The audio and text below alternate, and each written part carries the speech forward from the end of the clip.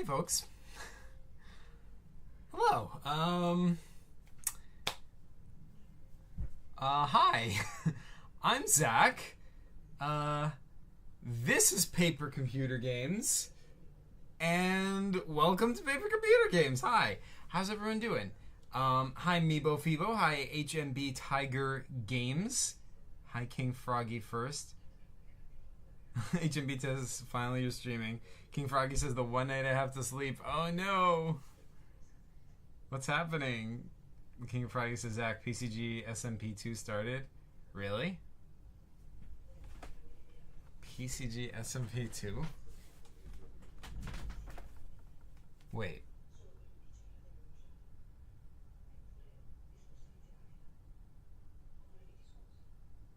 Well, remind me what that stands for again? I don't know if I'm like forgetting something super obvious, but me and Dino Nugget have vids. Oh sweet. You gave like an intro to your channel? I did? Oh, the how to like how to make a paper computer game. Ah yes. There are like 7 people on it. Oh, the Minecraft server. Oh, yes. Yes. Cool. So yeah, what are we doing today? Well, see, back in the day, I had started showing you this paper computer game over here, right? This paper computer game, let me show it to you. This is, let's see. Let's make that a bit smaller. Yeah. This is called Balzak Globotron. This is the paper computer game that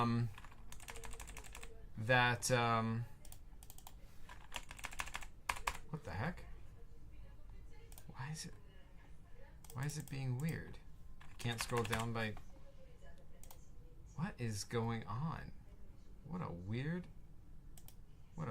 thing. I am very good. And what's this like box on the screen? Everything's going weird, you guys. I don't know what's up today. I'm gonna put this over to the side. But yeah, can I be unbanned for S2? I won't kill him.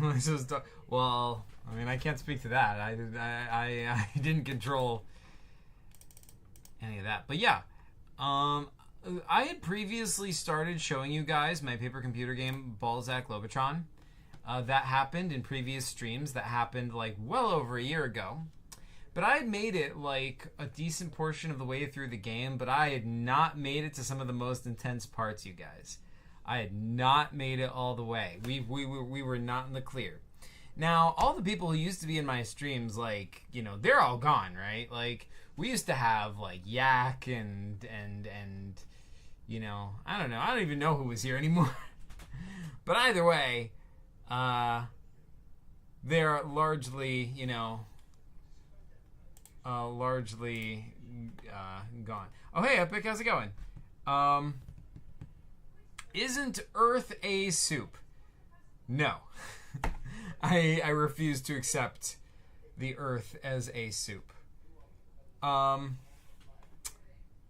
But yeah, what happens if I pin a? Can I pin a chat? I've been wanting to do that, and supposedly you can do it, but it appears to not like. Whoa, whoops!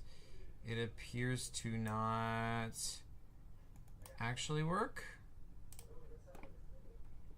Like, what happens if I try to pin this? Message pinned. Okay, so it's Epic saying, oh shoot. So I see it pinned here, but I do not see it pinned, like on the actual screen. So that's kind of weird. Where's the actual, like,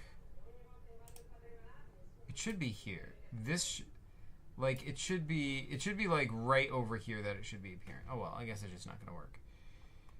That's unfortunate. Wait.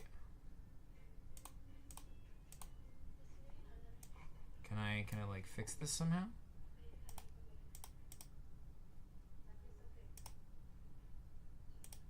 Refresh cache, refresh browser when Steam becomes active. Guess we cannot fix this somehow. Oh well. Anyway, HMB says, by the way, Epic, why did you stop uploading on your Epic Worlds PCG channel? Oh, I can tell you that. That's because he figured that, like, it would be better to consolidate everything onto one channel, and it would be better to try to get, you know, because, like, he traditionally had, like, more views on the Epic Underworlds channel, and so, yeah, and so he figured, like, you know, because Epic Underworlds was, like, traditionally the TCG channel, and so he figured that, like, putting the PCG stuff there as well would help introduce his TCG audience to PCGs and thus get a bigger audience for PCGs. That was the goal of it. If I understand correctly, please feel free to correct me, Epic. The Metalhead says, I'm thinking of making a PCG to BH. That's awesome. That's awesome. Do it. I would love to see what you come up with. I always like seeing new people's PCGs. They always, like, every person brings something unique and interesting, like, even if they're, you know, regardless of what their art skills are like or their history of storytelling, like, everyone has a totally unique imagination, and so everyone brings something unique to the PCG universe, you know? Oh, hey, Nailgun, how's it going? Yes, Nailgun, previously known as Eldritch Theater. That's correct, right? Like, it's sometimes hard to keep track of all these changing names. Epic says, I made a Google Doc with all the best PCGs on the shop, and currently I put it in announcements in the Discord server. Nice. Okay, so the goal of this stream is to show you guys Balzak Globotron. Balzak Globotron, you guys. All right? I know you guys, you know, want to escape the horror of seeing, you know, what happens when Balzak, you know, lands on the planet tree. But you don't have a choice this time. You can't escape. I'm gonna force. I mean, I guess you could technically, like, you know, X out of the video, or, you know, stop watching the stream. But, you know, outside of that, you don't have a choice.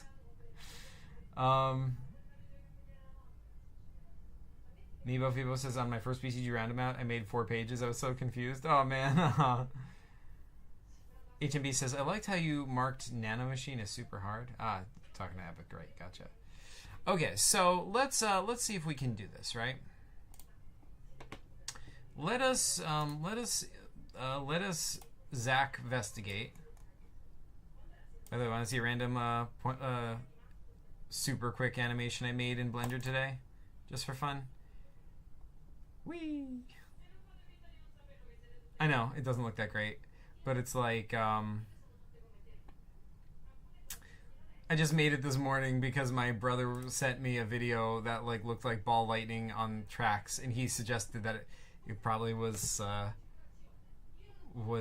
made by computer animation. I was like, yeah, I could totally make that in Blender if I wanted to, and then I did, and that's this. And it does not look half as good as the real one, but, you know, just to show that something like that, you know, is possible.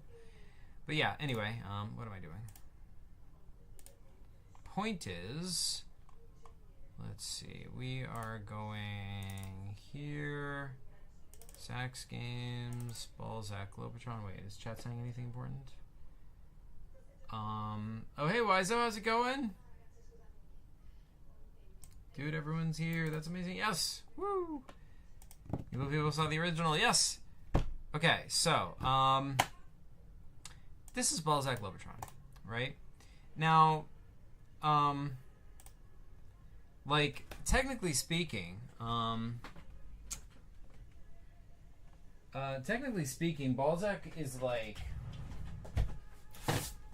this is Balzak Globotron, right? Like, the actual paper is in here, and it's like, this is heavy, right? Like, it is filled up with paper. It has, I forgot the exact number, but it was like 130 something screens. It's on the wiki. I don't remember the actual number, but today I'm just going to show you the digital files because it's like a lot easier to keep them organized while trying to show them, and that way I don't have to get out like a second camera or anything. Epic says, by the way, I got hired today for a job, so a little less PCG time now, sadly. Well, congratulations on getting hired for a job. What are you doing? Unfortunately, you don't have as much PCG time. I can certainly relate to that. But yeah, congratulations. It's an important step. And you also asked any updates on your PCG projects. Not really. I haven't really gotten anything done on any of them, unfortunately. Yeah. I'm gonna make sandwiches. All right, fair enough. Okay, so this is the map of. Oh, you guys can't see the screen. Sorry. There we go. This is the map of the game, right? This is we call this the Mezdora corridor, section D. This is section D. See, section D of the Mezdora corridor. And I'm gonna make sandwiches like for my job. Oh, gotcha. Can you make me a sandwich? I want to eat one. I want a sandwich. I could totally go for a sandwich right now.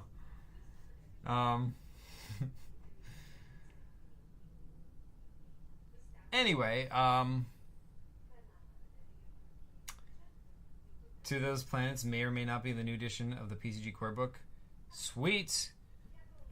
Alright, so yes, this is the Mezdora corridor, section D. This is the setting of the game Balzak Globotron. These are different planets. The idea is that each one of these planets is orbiting a different star. So these are all each different star systems within the Mezdora corridor, section D. The Mezdora corridor is this massive, section of space. It includes all these different planets. It does not include Earth. Earth is somewhere nearby. Earth would be like down here, sort of south. I know south isn't a thing in space, but based on this map, it would be down this way. But these planets, some of them we've seen before in Paper Computer. Well, really just Zoniat and Shri are the ones we've seen before, and Veli-Ease. Those are the ones we've seen in other Paper Computer games. The rest of these are new. Shirek is the homeworld of the Triptosians. We've seen them before, but we haven't seen their homeworld before, so this is the first appearance of that. And all the other planets here are new to Balzak Globotron. But yeah, basically what we were showing before in the because we got to give a recap, like Chris style, right? We need a recap. So basically, this game Balzak Globotron is. It has, like, you play as this guy named Balzak Globotron, right? I know, shocking. But basically, Balzak Globotron is, he is this guy. He's this weird dude made up of floating metallic spheres. They're all connected by electricity. He was found by this guy. This is Alton, this old guy trapped on a space station. But basically, Balzak Globotron has no recollection of who he is or what he is, and so he's trying to find out. So far, he's been sort of traveling after escaping that. Well, not escaping, but after he left that space station and escaping some alien ships that he was captured by, he gets his own ship. And that ship is called the Tabernacle. This is the Starship Tabernacle. That is the home of Balzak Globotron.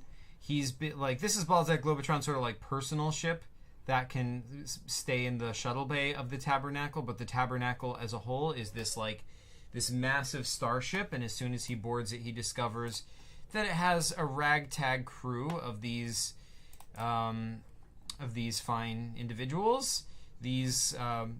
They're not part of any organization or anything. They're random people from different walks of life on different planets throughout the Mezdora corridor. And they've all sort of come together to discover this ship which was abandoned. And so when you come aboard, you join them and you quickly prove that you have good leadership skills, so you end up becoming basically their leader. And that is sort of what's going on in the game. We've been sort of exploring space. We've been visiting different planets. As you explore the Mezdora Corridor Section D, each one of these planets has, there's a little adventure you go on each one of these planets, and each one you have to find some fuel.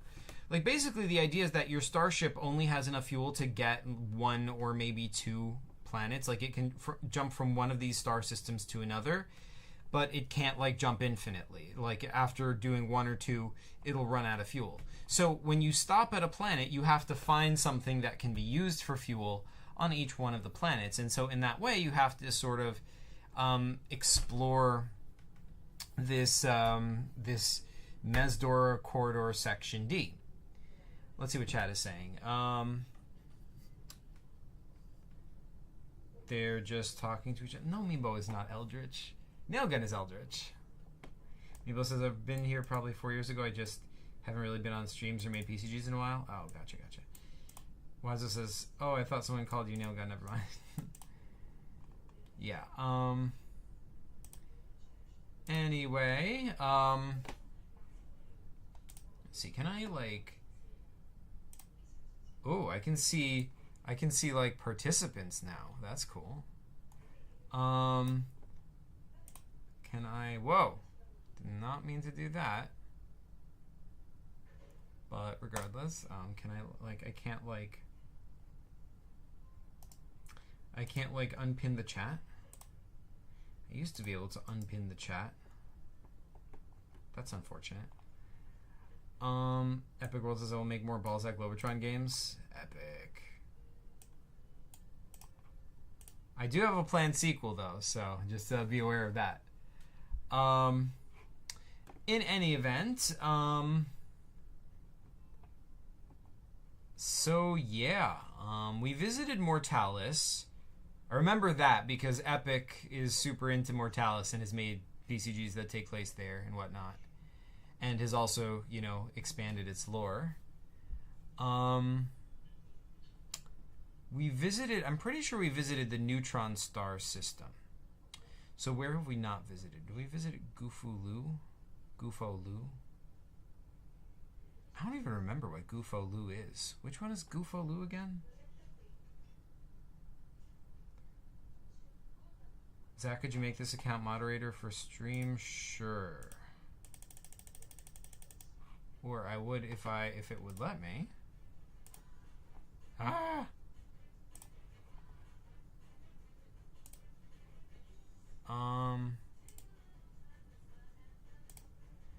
There we go.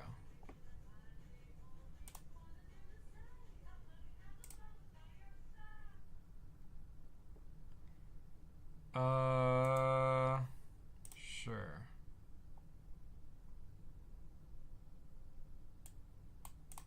You did Goofalu and Shri? I did Shri? Are you sure I did Shri? Because I was looking back over the streams and I did not see anything of Shri. Are you sure I did Shri? I watched all the parts. Because, like, I was trying to...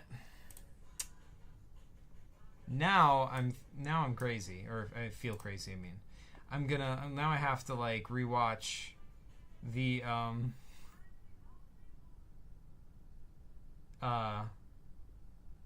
like my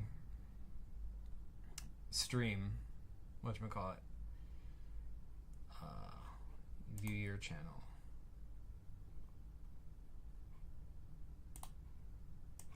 Yeah, okay, let's take a look at my channel, go back through the ages of Zach's streams. Let's actually search for Balzak.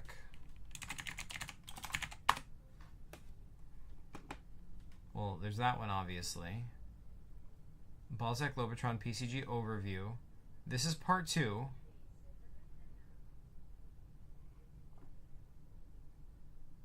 And then that's it. There's only part 2, and then this. Oh, that's the making of Balzak Globotron. So this is it. This is the second one. I only did 2 parts of it by the look of this. Right? So, in this one, here's part 2. I wouldn't have done it in part 1, I don't think. So, like... Dang, I look weird.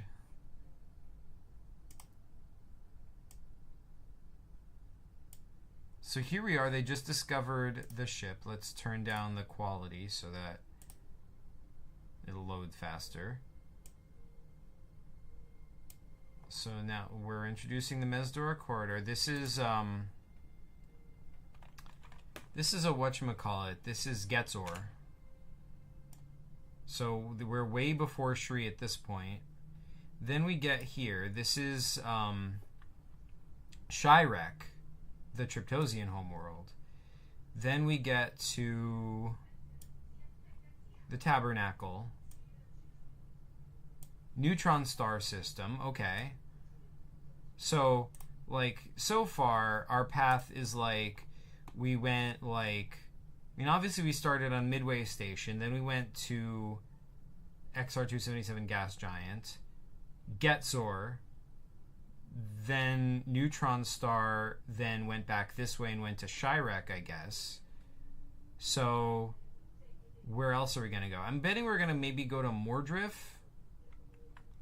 Possibly Yggdra's 8-Way. Oh, I think we do go to Yggdra's 8-Way because I remember talking about how bad of a name that is. I usually have better names than that. But yeah, let's see how far we get.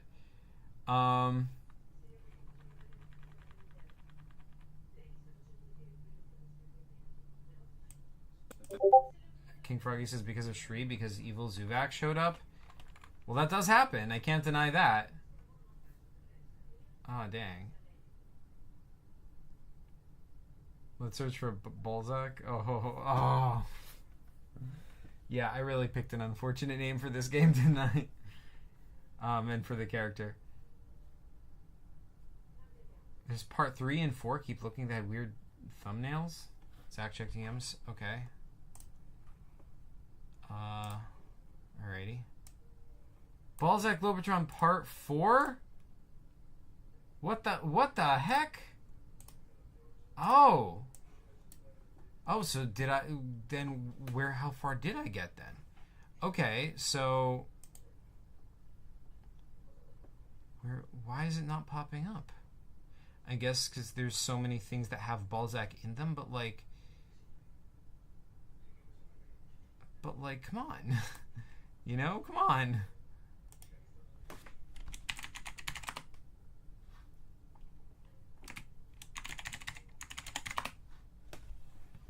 The things that say Balzak should be prioritized. They should be at the top, right? Like, what is the PCG universe? I wouldn't have, like, deleted or privated. Oh, could it be a video? Is that the issue? And not a live stream?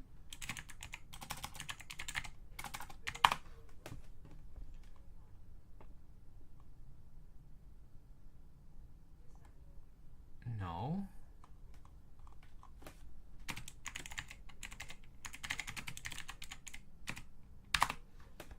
This is so weird. Why is it not popping up?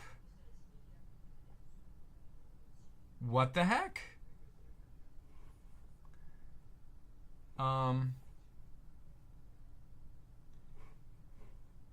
Let's see.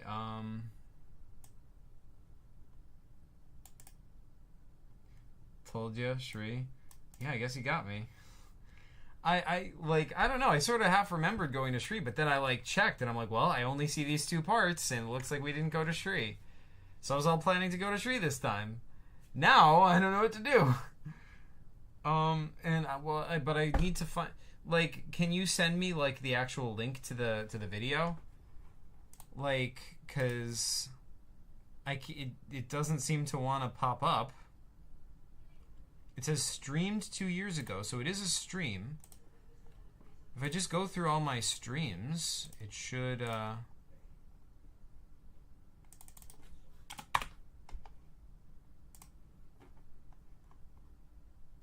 be somewhere, right?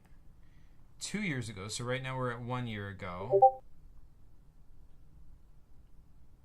Oh, that's the problem. The letters are spaced out. Oh, why did I do this to myself? Oh, I understand.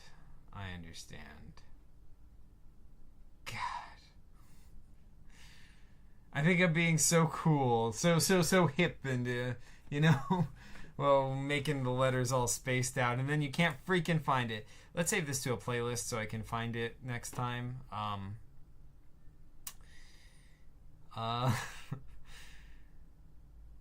did make a playlist for Balzak, right? I feel like I just made this last time.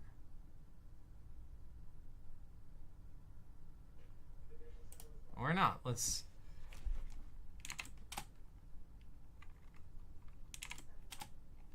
Balzak Globotron overview. Privacy, public, create. We can add part 4 also.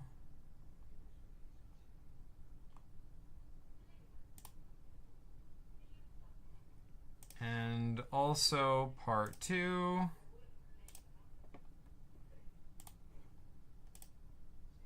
And also, where's part 1? Dang it.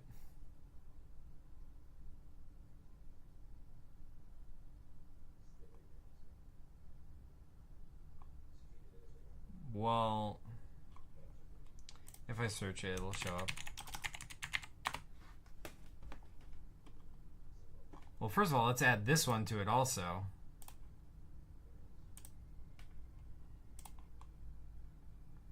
And here's part 1.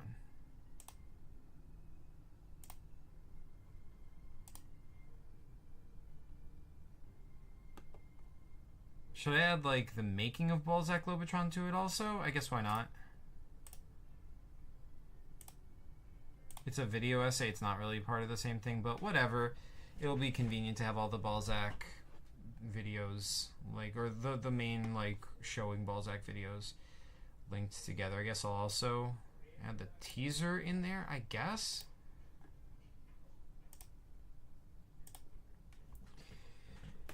Okay.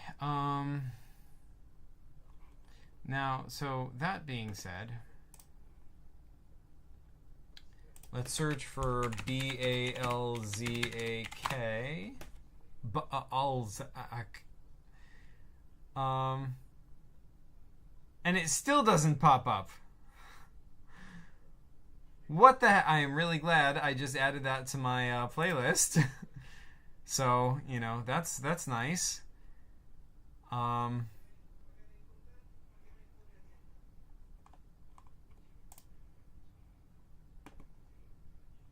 Part 4. Okay. All right. Sorry I'm ignoring chat. Okay, chat's not saying anything. They're just... Zach, just rename it. Part 1 is probably in like button.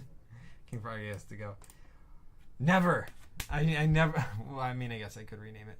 But yeah, that probably would be a good idea. But first, I'm going to turn on my air conditioner. It's getting a bit hot in here. I thought it was a video. No, it's a live stream. I was considering maybe I should just like clip out the part where I'm actually talking about Balzak and make it into a video, because like, you know, some of these streams have like a long, hey, I'm talking to chat for a few minutes before we start actually looking through the game, you know, as we're doing now. And to make it accessible for future generations, it probably would be a better idea to do that. What do you guys think?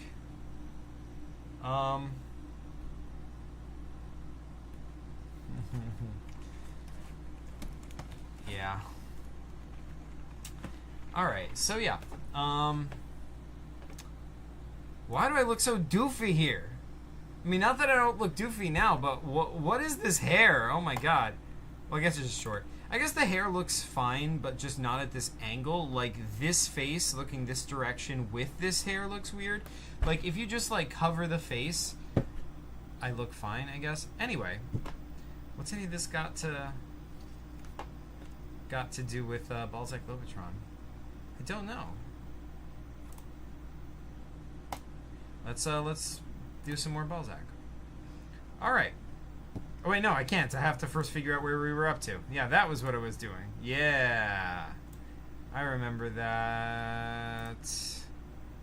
Good times when I was trying to figure out what we... Okay, so what do we look at here?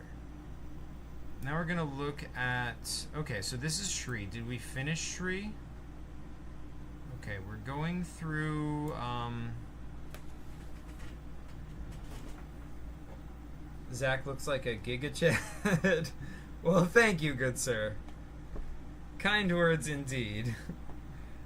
Alright, let's lower the quality on this so that it doesn't take all day to load. Not the playback speed. The quality. 360. Alright, so they go into here. This is where this is like the evil Zuvak part. Ah! Yes, we do evil Zuvak. So that's a whole section of Shri that we do. Shri is like probably the biggest planet in this entire game, like in terms of the most screens and like the most content. Let's keep going. I was looking at the script. Oh yeah, that's right. I should open up the script so that I can see what's up. Okay, so we're finally done with Zuvak the Torturer. What's going on here? Habelscron says, I'd say cut it into a separate video. It can be tedious sifting through stream footage. Yeah, absolutely, absolutely. I think that would be a good idea to make it more accessible. Maybe I'll even do that, like, right after stream.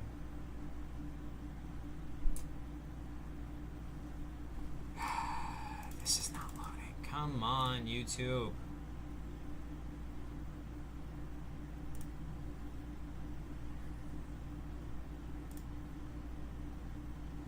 Okay, we're still in Zuvak the Torturer. Now we're back here.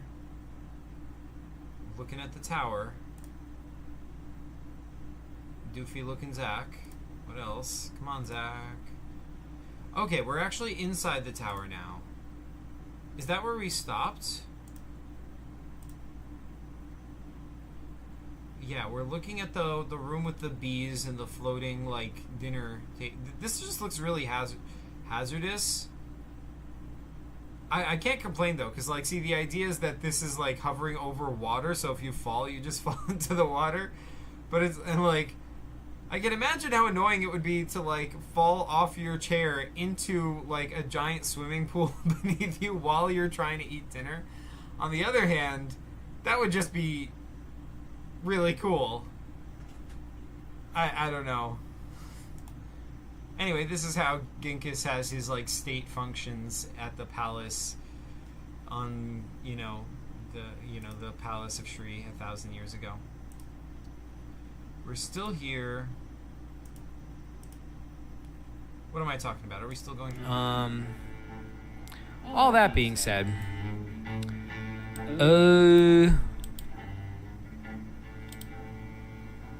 I don't know, you guys. I'm thinking it might be a good time to end the stream. Just because, like... Yes, it might. But for this Zach, not for me.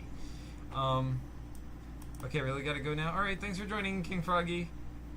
Epic says, when I first downloaded Balzak Globotron from the shop, my PC started shaking. Oh no. Poor PC. Oh hey, Seawater PCG, how's it going? Welcome. Halblescrone says, but no swimming 30 minutes after dinner, they drown? Yeah, but they probably have, like, either genetically modified bees or robots to, like, help them if they drown or whatever. I'm sure they have that contingency covered. So there's no... Halblescrone says, perhaps it's a ploy by Ginkis. Ah! I like your thinking. Let's actually move the chat to the other side so that, like, my face doesn't have to be, like, tiny.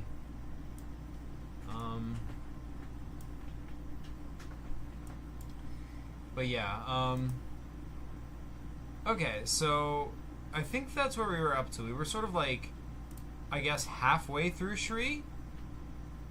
Alright, so this is good. We know where to start. We are ready, you guys. Are you guys ready? Are you guys ready? We are going to dive into the planet Shri, perhaps the biggest... I mean, look at all these screens. Like, Shri alone is bigger than a lot of paper computer games, right?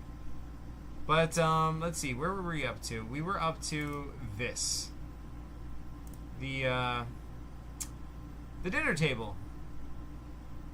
And that is where we're up to. So yeah,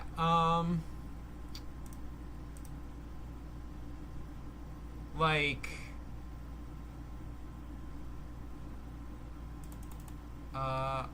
oh, chat died. I can't see chat.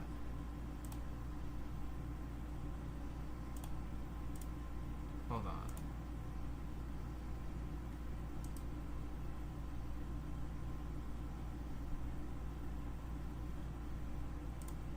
Alright, chat's just not saying anything.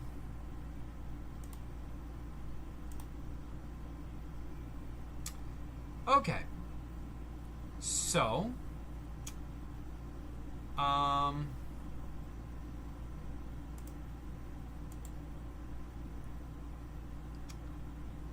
chat death. Alright, yeah.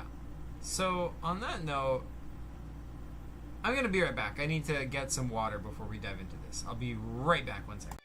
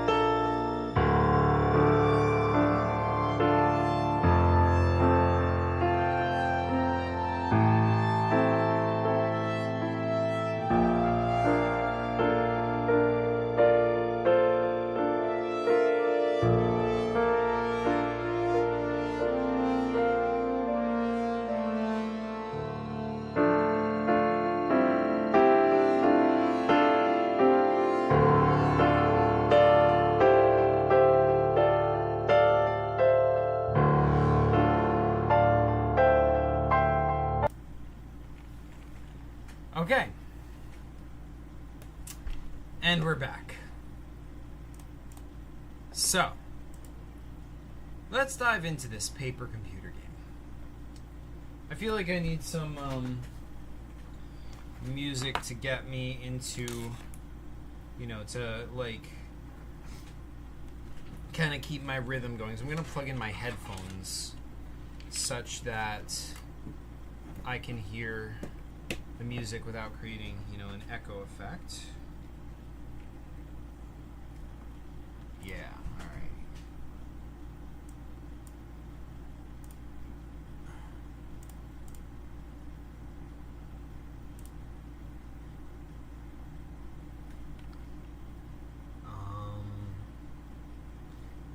Dark history. I think all of these are good for Shri related stuff.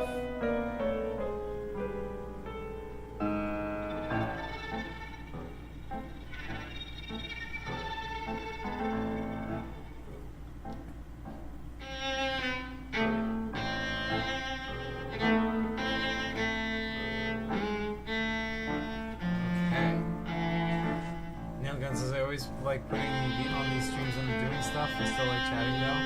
Cool. Alrighty, so let's do this. So Balzak Globotron had gone. So the story so far, for those who don't remember, is that we're inside Ginkis's tower. This tower was protected by a force field, but it's also a stasis field. Because this is the tower that King Ginkis of the Zerelta, this was his capital building when he was the ruler of this planet, but he has not long since not abandoned it, there was a coup, and the evil Kroden have taken over the city and the planet, and Genghis sealed off his building in a stasis field. So the Kroden can't get in, but everyone else inside is frozen in time, and they have been for the past 1,000 years. They've been frozen in time. So we are now inside that tower. That's what this table is that we're talking about. Music too loud? Alrighty. Dang it. The problem is, my speakers are all the way up and it's not working.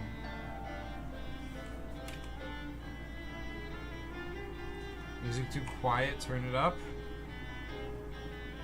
Okay, so 50 was too high, 25 was too low. Let's try 30.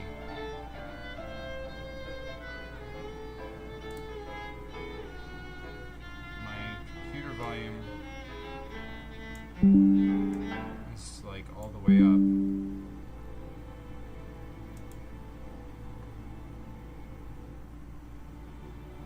This is the perfect level of music. Yeah, but I can't hear it. Dang it. Let me unplug my headphones and replug them.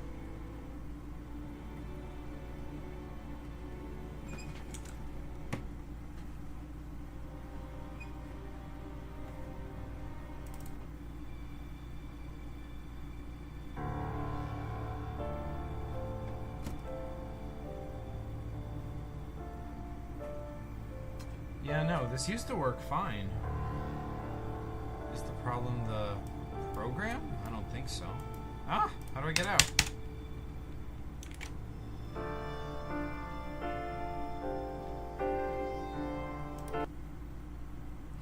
Let's try this again.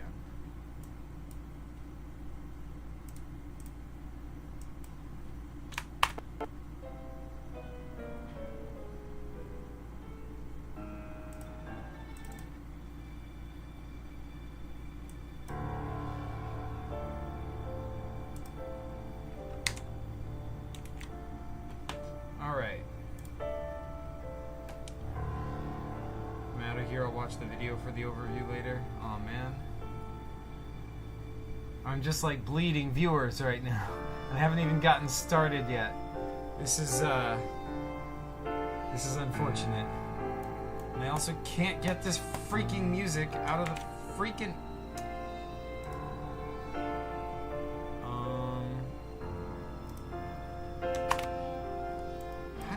How do you make it smaller? Dang it.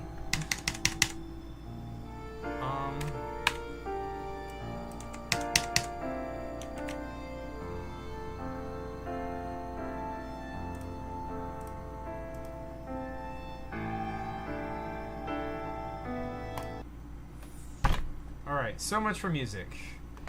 We tried. Zach, it's okay, don't be stressing. Alright, thank you. Sorry, I don't mean to... Anyway.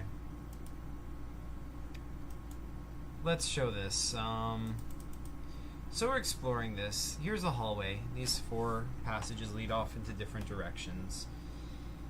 And yeah, I mean, I guess the idea is that these are sort of like almost spheres embedded in the walls. They're not supposed to be the same kinds of spheres as Balzak. They're not like metallic. I imagine these as sort of like almost glowing red glass spheres. I didn't think too deeply into what they are, but they are supposed to be like, they're both lights and, you know, sort of energy distribution stuff. And these are sort of like almost organic looking, like wires growing into the walls, and that's how electricity is like shared throughout the building, and like it goes from one node to the other through these like sort of wires. And yeah, I thought like I wanted to give it sort of like an organic-y kind of look. But anyway, so you can go in any of these directions. This that Balzak is standing on is an elevator, I believe. We visited, okay, let's see, we've got over here a control room. I don't remember what the puzzle here is. That's the tabernacle in orbit. There's like a big red button. That's a joke. Oh, whoa, whoa, whoa, whoa, whoa. That's later. Whoa. Why are we skipping so much stuff?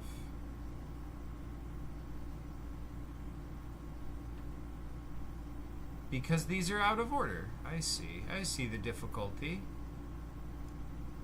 Okay, so, let's see. Which one? Oh, gosh. Alright, can we order these in...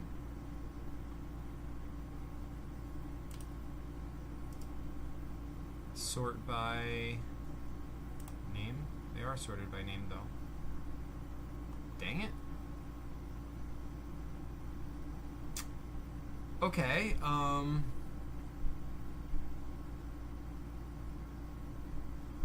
well, as much as I love modern computers, sometimes it gets so annoying when stuff like this happens. Yeah, seriously. Seriously.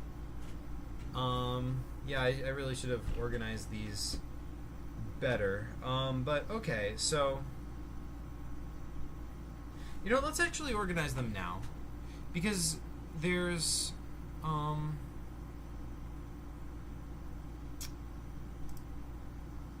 because that's totally in a different building. So let's make a folder for the Tower of N, because that's where we're going to visit later. And, let's see. This one is in the Tower of N. That one's in the Tower of N.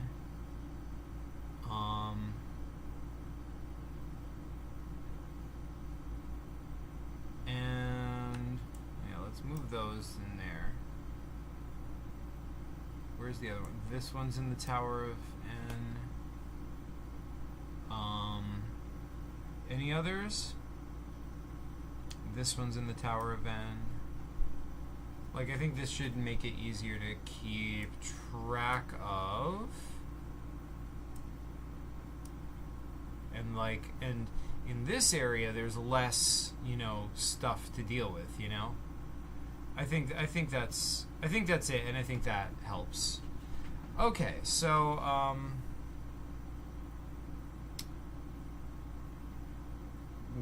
yeah, so, oh, we also have the Zuvak torturer stuff. So let's, like, take... yeah, these go in that area, because this is all, like, you know, Shri is separated into, like, multiple different areas. Okay, I think we're good. Right? Right? Oh no, this is also Tower of N. And so is this. And so is this. Okay, now we have to be good, right? We have to be good now. Oh no, this is Tower of N also. Dang it. Alright. Close enough. Am I right? Alright. So.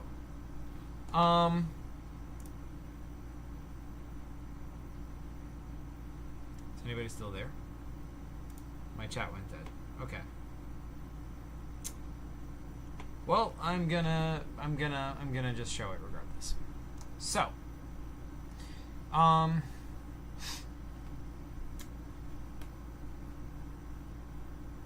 right, you guys are here. Excellent, thank you. Okay, so so we are here in Ginkis's tower, right? And let's, you know, take a look at Ginkis's tower. So we saw this. There's that screen, and then there is, like, I think, like, basically you're supposed to, like, sort of make your way up the tower.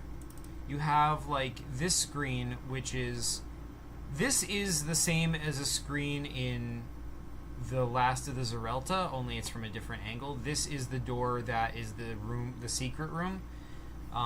You can check out my video on The Last of the Zerelta if you want to see what's in there. It's basically a bunch of, like, different save items, but regardless, this, like, you can't access this door in this game. It's just there because physically it was in the building, so it would be there, right? So yeah, like, that's why I reinterpreted it. I added all of the organic wires and stuff. Like, in the original PCG, it's just the door, and it has that design on it, and it's, you know, from a straight-on angle. So this is much better art than the original, you know, like, I really like going back to, like, an original scene from a different PCG and like updating it, like revamping it to add in all this new lore I'd created and, you know, build on it. I don't know, that was a lot of that was like one of the most fun things about Shri for me. But anyway, yeah, you go up. We have this elevator scene. This is once again the same. Nelgan says I like the perspectives you use when doing screens. Thanks so much, dude. We have this elevator screen. This one I struggled a lot with. This is once again the same screen from Last of the Zerelta. Like, maybe I should actually pull up Last of the Zerelta, because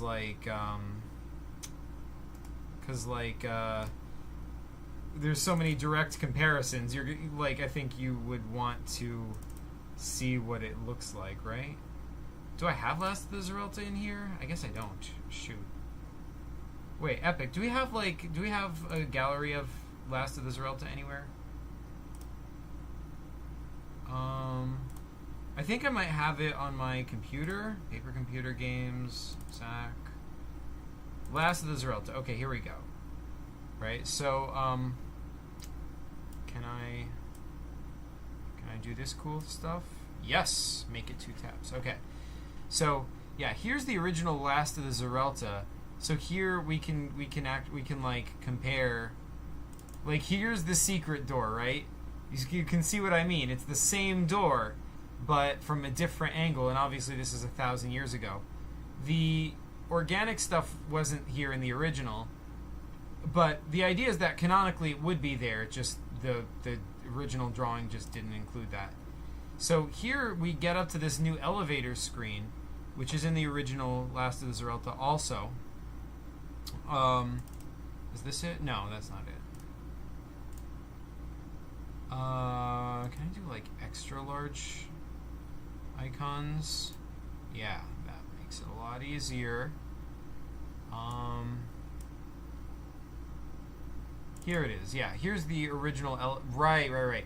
So the original elevator screen is just you're going up the stairs, and like these are supposed to be like windows so you can look out on the buildings in the background. But and there's supposed to be an elevator here, but you just can't see it in the original. So now I took that same area, and here's the stairs that Ginkus would have been coming up through. Only now Ginkus isn't here, now it's Balzak. And you can still see the same buildings out the window, but now you can see the elevator. And because that's the one part of the screen that you couldn't see in the original, I like went crazy on it. like look at all of that organic wires in the wall for this elevator shaft. So the idea is this is sort of like a circular elevator shaft. Like, not a shaft, it's like a, circular wall, and there's a door in the front of it, and if you go through the door, you're in the elevator. And there's like a puzzle you have to solve. This symbol over here, like the 3 triangles, like in different orders, like one pointing up, one to the right, one down. This is Ginkus' symbol. And in the original Last of the Zerelta, I think this was more of a puzzle. In this one, I reasoned that Ginkus had already solved the puzzle, so now you don't have to solve that puzzle anymore. You can just, like, go up the elevator. And if you go up the elevator, that takes you to the top of the tower, which looks like this. So here is the top of the tower. Once again, I'm going to compare it to the original, because let's see here's the original top of the tower. Like, when Ginkus made it up to the top of the tower in the original game, his goal is to get to the very top so he can reach his staff, because if he can reach his staff, then he can seal off the building in the stasis field. So you had to like climb up the antenna, but meanwhile there's like Kroden ships and they're trying to shoot at you, and you have to kind of like dodge and try to use all the tricks you have to get past them. And once you make it to the top, then you have this screen where Ginkus holds up his staff, and it's like, and the whole building is sealed off in a stasis field for 1,000 years. So that was the original Last of the Zerelta. We are now once again on top of the building, only now it looks like this. We are obviously getting a much more detailed view, and you have a lot more of those like sort of organic wires covering the top of the building. This is still the same like antenna tower, whatever you want to call it, that Ginkis had to climb up, but now we're sort of looking at a three-dimensional angle of it. Neil Gunn says, and the touch of the organic wires makes everything feel more alive and textured. Oh, thanks so much, dude. Yeah, I spent so much time on those organic wires. I'm really glad that they worked out. But yeah, Epic World says it would be cool to make a mini Balzak Globotron game, like a small overview within one game. Yeah, totally. And Epic says quite a comparison. Yeah, absolutely, absolutely. Like, it really highlights how far I came with my PCG making in, I guess, a relatively short time. Probably a few years between these two games, I would guess. But anyway, yeah, this is like one of our few views. Like, since we're at the top of the tower, this is like one of the few times we get to see the Sri landscape in the background. And all of this, and like, I took advantage of that. Like, all of this is stuff that you don't see in any other PCG. This is the this spiky building in the background. That is the Croden's new capital building.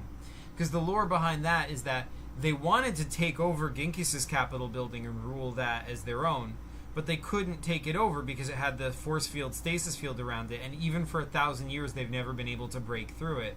So, but because they had to look fearsome and imposing, they decided to build a taller, nastier looking capital building right next to Ginkis's capital building to try to like outdo him. So yeah, that's the lore behind that. But regardless, like, we see these little buildings over here. There's like a factory over there with like weird little alien symbols that looks to me like Japanese, but it couldn't be because I don't know how to write Japanese. I guess I could have looked it up, but I don't remember doing that. And we've got this like sort of path. Some of these paths go over the hills.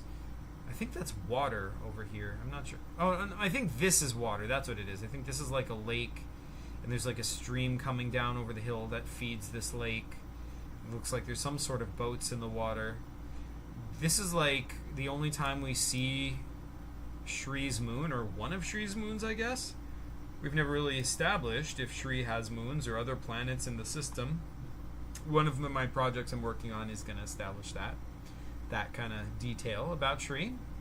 But regardless, we've got a Croden ship flying around in the background, and over here we've got, this is like a spaceship under construction on the top of one of these hills. This is just a random like well. I don't think I had any intended lore behind this. It's just when I'm drawing a landscape, I like to like add a lot of detail and like interesting little things that maybe sometimes I'll have a half idea or even no idea about what it really is, or just like, you know, have some idea of how it fits into the landscape. But really the idea is like I like adding lots of little things, because the idea is, even if in this PCG, like in this PCG you can't actually go and interact with any of these, right? Like you're on the top of a building. How would you get there, right? You can't jump off the building, and if you actually physically go down to the bottom and try to go this way, like, I didn't make any screens for this area, so, like, you know, I would just say, like, oh, Croden guards catch you before you get there. But the idea is that there's all these little details that are interesting that, you know, could be explored in, like, future PCGs, you know, or you know, like, even if they aren't, like, there could be interesting things going on there. There could be their own little places to explore, their own, you know, little adventures to be had there to make it feel like this, you know, environment is like rich and it's got a lot, you know, to it. That was sort of my design philosophy when it, like, not just when making PCGs, but when making like landscapes in general. Like, that was how I like to do it. Looks like the Mario sewers. Oh yeah, totally. Epic says, I'm surprised they didn't dig a hole under Ginkis's building and then make it fall into the core or something. Oh, that's an interesting idea.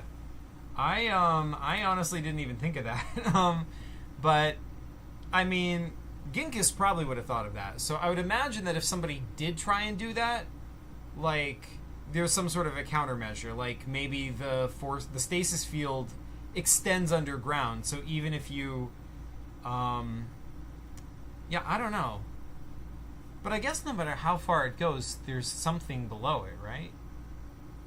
Yeah, that's interesting. But then again, doing something like that could take a lot of resources, right? So maybe they just... I mean, the Croden, maybe they're just not that imaginative. You know, like, evil dictatorial regimes not the greatest on creativity. I don't know. Maybe they are. I guess all creativity is human creativity. But I don't know. Regardless, if they tried that, I guess it didn't work out because this building is still standing for 1,000 years, which, just makes it all the more impressive, right? Anyway. So yeah. You go up onto the tower and you climb all the way to the top, and whoa, look who it is. It's Ginkus. He's still here after 1,000 years. Let's hit up the comparison. Yeah. So we've got it's the same thing. Ginkus standing on the top of the building. He's still got like his robe is still decorated with these two like guys holding up swords on his robe, and he's holding up his staff. His staff is obviously a lot more detailed now than it used to be. That's just a change in the art style. It's like but like in universe, it would have looked like this the whole time. It's just that I got like I'm just drawing more detail than I felt like drawing before. Of course, I hadn't developed this degree of detail for the staff yet, and some of this stuff, like the orb at the bottom, that's sort of like that's a nod to Chris's PCG Ginkus's gift, because in that PCG there's a orb that you get that comes from Ginkus's staff, and I think that like Chris's intention was it was supposed to be the top of Ginkus's staff.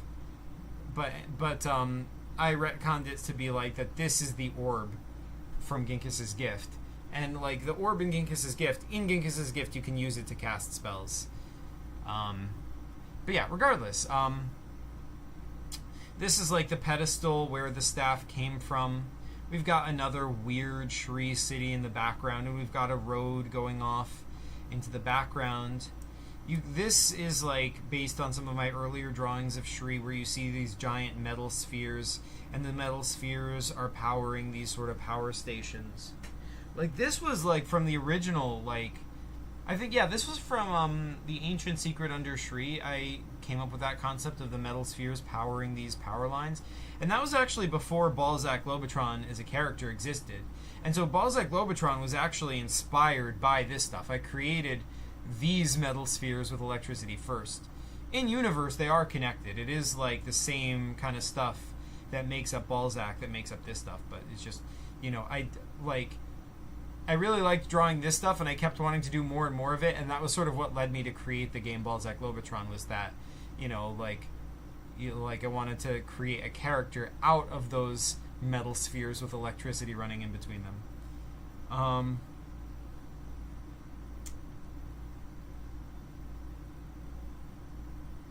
Epic says, if I were the Croton, I would build my Capitol building over Ginkus's and make it massive. Oh, true. That would have been a good idea. Just build it around it. Oh, I like that. That would have been smart. Man. Epic says, Ginkus lost a lot of weight. That is true. That is true. Epic says, bro, there's another city. Looks like Oz. It does kind of look like Oz, doesn't it? Kind of like the Emerald City a little bit. We've got over here, I guess that's like an observatory. Maybe there's like a telescope inside there. Shri is an advanced civilization. It's got lots of sciencey stuff going on. We've got this road going over some hills. There's some like random houses over here. There's like, I don't even know what that is, like a sphere on 4 legs? I don't know, on a hill in the distance. There's like some, I think this is like some abandoned building in the background. But yeah, in case it's not clear, like we're standing on this circular platform. This is like the top of the antenna tower thing from the previous screen. And once Balzak gets up here, he's actually able to wake up Ginkus. Yes. For the first time, Nailgun says the evolution in your art is actually insane. Thanks so much, dude. Yeah, like, I developed so much so fast in between these games. this is one of my Last of Us Revolta is like one of my first games, and I was just like doing stuff madly, like I don't even care, right? But then since that time, I did it more and more and more, and like I actually started, like I got my dad to teach me some basic perspective, and then I was like, all right, like, you know, like I guess once I actually started trying, like I just got better really fast. And also, I just made so many freaking PCGs. And also at that era, I wasn't just making PCGs. I was also trying to draw a picture in my sketchbook every single day at that time. And that helped a lot as well. I would like watch TV and like be sketching something at the same time. And a lot of what I drew in my sketchbook was landscapes like this, or like maybe there will be a character on a mountain looking over a landscape, and the landscape will have lots of little details and you know, like I was just talking about. Neilgun says Ginkus was on that caloric deficit. Yeah, I guess so. He hasn't eaten in 1,000 years, so. Epic says, do you have plans for that city or observatory? I do not. So, those are just background details as of right now. So, they, yeah, there's definitely space to make stuff on those. Neilgun says, I love seeing artists' evolution in their style and progress. Like, I know, absolutely, right? Isn't that cool? For me, when I learned to appreciate art, that's where I started progressing rapidly. Oh yeah, that makes a lot of sense, totally. Neilgun says, and yeah, I also try to draw once every day, whether it be some random character design or a full PCG screen. That's awesome, dude. Epic says, time to flesh out every undiscovered part of Shree. Heck yeah. Heck yeah, my guys. Oh man, yes. Just realized I was on top chat and not live chat, so it wasn't showing all messages. I hope I didn't miss everything, but I switched it. Anyway, so once you wake up Ginkus, he'll be confused and he'll be like, who? And then he'll be like, oh my god, Balzak Globotron. Like, he recognizes you, but he'll be cryptic about who he is to you. He's gonna be like confused and like hesitant, and he won't really say what your relationship is. Because like canonically, you know, in the backstory to this, Balzak Globotron and Ginkus do have a relationship, but that like hasn't been established yet. Balzak Globotron has amnesia. He does not remember who he came from, and he was hoping Ginkus, you know, could help. So, but regardless, you know, Ginkus is like, well, before we do that, we have to like secure this building because, you know, like think about any stuff like that. He's like, we have to secure this building because now that I'm awakened, the stasis field is going to come down, and then the Kroden are going to come in here like really fast. Also, now that you've awakened me, all the dormant Kroden soldiers throughout the building, those are now gonna be awake. So we might, like, and those are Kroden soldiers who were there from 1,000 years ago. They've also been frozen in time for 1,000 years. So now Ginkus and Balzak Globotron are gonna have to fight their way back through the building, and they're gonna have to go into the basement of the building to secure it, like to get the building's defenses up so that it can maintain its defensive presence, so that the Kroden don't immediately conquer the building now that it's been awakened. So, Balzak is a sun ray. Spoilers! But yes. Epic says, I wonder what Ginkus was doing all those years he was frozen.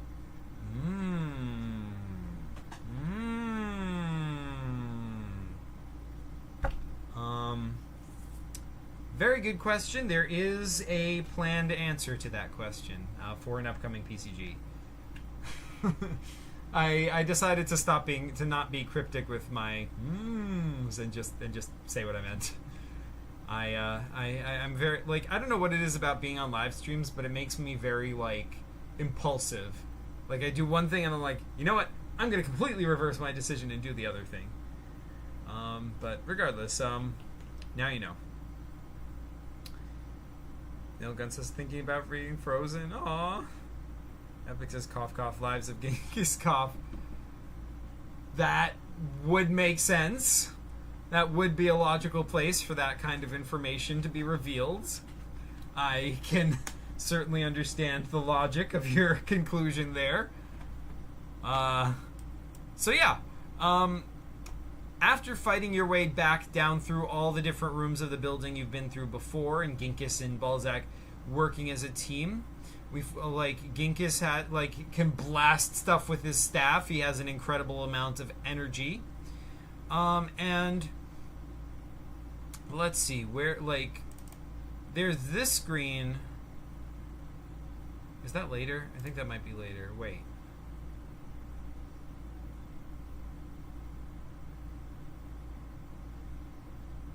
Where's the screen with... Is this it? No, that's later also. Sorry, I thought it was going to be easier to find screens now that I moved all the other screens away. Here it is. Yeah, so this is a screen when you go through a door that you previously couldn't get through. It was blocked by rocks. But now when you get through it, this is like a cutscene screen where Ginkus blasts the rocks with the incredible power of his staff. You can see energy swirling around the staff, and here it's just this massive energy field, and it's shooting and blasting the rocks out of the way. And Balzak, this is just the reflection of the energy in Balzak's eye. He's just whoa, So anyway, after that, you go down that passageway, and that takes you down some stairs into the basement of this building. And in the basement, we find this area, right? This area is sort of in the basement of Ginkus's tower, and it's got these massive vats of acid, and we're on this sort of catwalk that's going over these vats of acid. This structure is underneath the catwalk. It's holding it up, and so this thing is like a clip on the top that holds the catwalk to this structure underneath. So this is the top of this spike thing. So basically, you have to go down one of these paths, and Ginkus stays here, and you go down one of the paths, I think. And I think that that's what this was. This was the room where you had to activate the building's defenses. There was a puzzle here because this was where you had to restore power or something like that. And you can see it's connected to some of these organic wires, and there's some wires that come out of the wall and come into the these are two large protrusions that are coming out of the ceiling. This one and then this one over here. And each of them has these triangle shaped buttons on them. And this wire is coming from the protrusion and through the air, and it goes into the wall. But the wire is kind of broken, so you have to replace it. And over here, there's a sphere coming out of the ceiling. It's almost as if these control panels kind of grow out of the walls and ceiling rather than forming there naturally. Epic World says, did Pierre inspire you to spend so much time on this game and its art? Why did you make such a massive game? Did Pierre inspire me? That's a good... Probably to some extent. I mean, I think, Balzak Globotron was inspired by, everything paper computer games up to that point.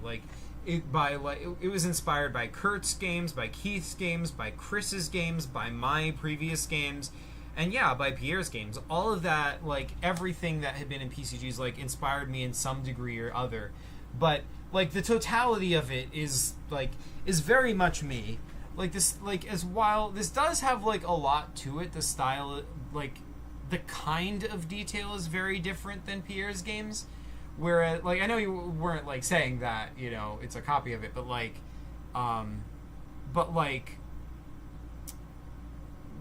it definitely is a very, very different. Because Pierre's games doesn't have that many screens per se. It has more it has a smaller number of screens, but just a really, really, really complex interconnected series of puzzles where it's like really, really well thought out. Whereas I feel like Balzak Globotron on average has a lower level of being well thought out. It's not like as well thought out as Pierre's games, but like there's just more of it and more scenes and more like, you know, and so like, yeah, I don't know. It's very different, but there are definitely some inspirations from Pierre's games that are in it for sure. Good thinking there. Epic says no, the level of art is crazy good at this. Oh, thanks so much, dude. I wasn't even thinking about the art when I was saying that. I was thinking more about like the puzzles. Like this puzzle is a fine puzzle. It's like a fairly standard puzzle, but it would probably take you like maybe like 5 minutes to figure this out, right? Whereas one of Pierre's puzzles is the kind of thing where you don't figure it out the same day. It's the kind of thing where you kind of explore and you're like, what's this? Huh, that's mysterious. I can't find anything obvious to do with that. Let me go check the other room. Huh, that's mysterious. I can't think of anything to do with that either. You know? And then you would just like be going back and forth between rooms trying to figure things out, trying to make connections between things. Like that's how Pierre's games work. Mine are a lot more straightforward, is sort of what I'm trying to say. In terms of art, Pierre's art is definitely a lot like better. Like better in terms of like pure technical skill, like don't get me wrong, I think this stuff is really, really cool and I really love what I created here, but like, Pierre has an ease with like drawing the human body, with drawing buildings, with drawing just all sorts of things that I just could never compare to. Like, notice Ginkis's arm over here. This is very awkward. If you look at this scene from far away, it looks like pretty fine, I think. But the way this is drawn is pretty awkward. Like his arm is like his arm is kind of like he's up like this or something. I don't know. It's not a real pose. His arm here is like too long and too like this is the kind of stuff I've always like struggled with. Pierre has been drawing for like a much like longer time, and for that reason she's just gotten crazy good, like just crazy good. But yeah, anyway, sorry to rant on that. So yeah, just gonna refresh the chat to make sure I'm not missing any comments, but yeah, so anyway, the idea is that once you get sorry, there's another comment by Epic. Like, you just went from manipulation to this. Did something just click? Were you making it just for Chris, or did it have a deeper purpose? Well, Balzak Globotron I put more effort into than any other PCG. Like, manipulation was one that I made, like, manipulation is one that I made, like, randomly in, like, do I have manipulation here? I guess not. But yeah, like manipulation is one that I made like in like 20 minutes, right? Or like half an hour or something. We were at the teen center and I was like, ooh, there's some paper. Let's make a PCG on it. And I like, like made it super fast. Whereas Balzak Globotron, like that was like my magnum opus. That was my masterwork. I spent way more time on it. Like, I was gonna like draw out every screen. There were multiple times where I like would be drawing a screen and then I messed up the art, so I started over. Like I wasn't like super perfectionistic with it, but like relative to how I normally am, like I had a much higher standard for like the standard of art and the standard of like puzzle. Not to say that there aren't some dumb puzzles in here and some really bad art in places in Balzak Globotron, but it's but yeah, like overall there's like a much higher standard. And like look at this one, for example. I spent so much time on this screen. Like, oh my god, like the perspective on here was really hard to figure out, because this is like And I mean, like, after all that work, people still have trouble understanding what they're even seeing. So I guess I didn't do that good of a job of it. But see, what's supposed to be happening here is, Balzak Globotron is, like, on his belly, looking, like, on this stone platform, looking down over this whole area. And, like, on this stone platform, it's like, the stone platform is, like, all the way up. This is, like, you know, the ground floor all the way down there. So from the top of the stone platform, you can, like, walk down the stairs, and then there's a bridge you can go over here, and then there's stairs which take you down to the next level, and then it sort of winds you down. Now there's more stairs which go down to the next level, and then here's a like a fireman pole, I guess, which you can slide down to the next level, and then you can go down here, and, like, it keeps going down to lower and lower levels. And after all that, this screen really does not matter that much at all. Oh, this is a good one to compare, actually, because here's the... this is a remake of a screen from Last of the Zerelta. Because in Last of the Zerelta, at the beginning of the game, you have to escape from Ginkis's tower, and this was the screen. Right? This is the screen. You're looking from the outside of the tower. So this is the outside of the building, and there's just, like, windows in the side of the building. And through the windows, you can see, like, a staircase going down, and there's, like, a guy over here. You have to get past him. There's a staircase going down. There's a staircase going down. Here's the fireman's pole, and then there's a ramp, and then there's another staircase, but there's, like, a mine on it, and then you get to the ground level. That was the original screen. And then, I like, when I got to Balzak Globotron, I was like, no, I have to redraw this, but just in absurd, like, pointless detail. And for no reason, really. Like, there wasn't any important scene that happened in this screen. It's just like, no, I have to recreate Ginkis's tower and, like, really, in exquisite detail, show you everything that was left out of the original. But there ended up being no point to it. Still cool, though, that I did it. I love this, even though most people, when they first see this without my explaining it, they can't figure out the perspective or what's going on here.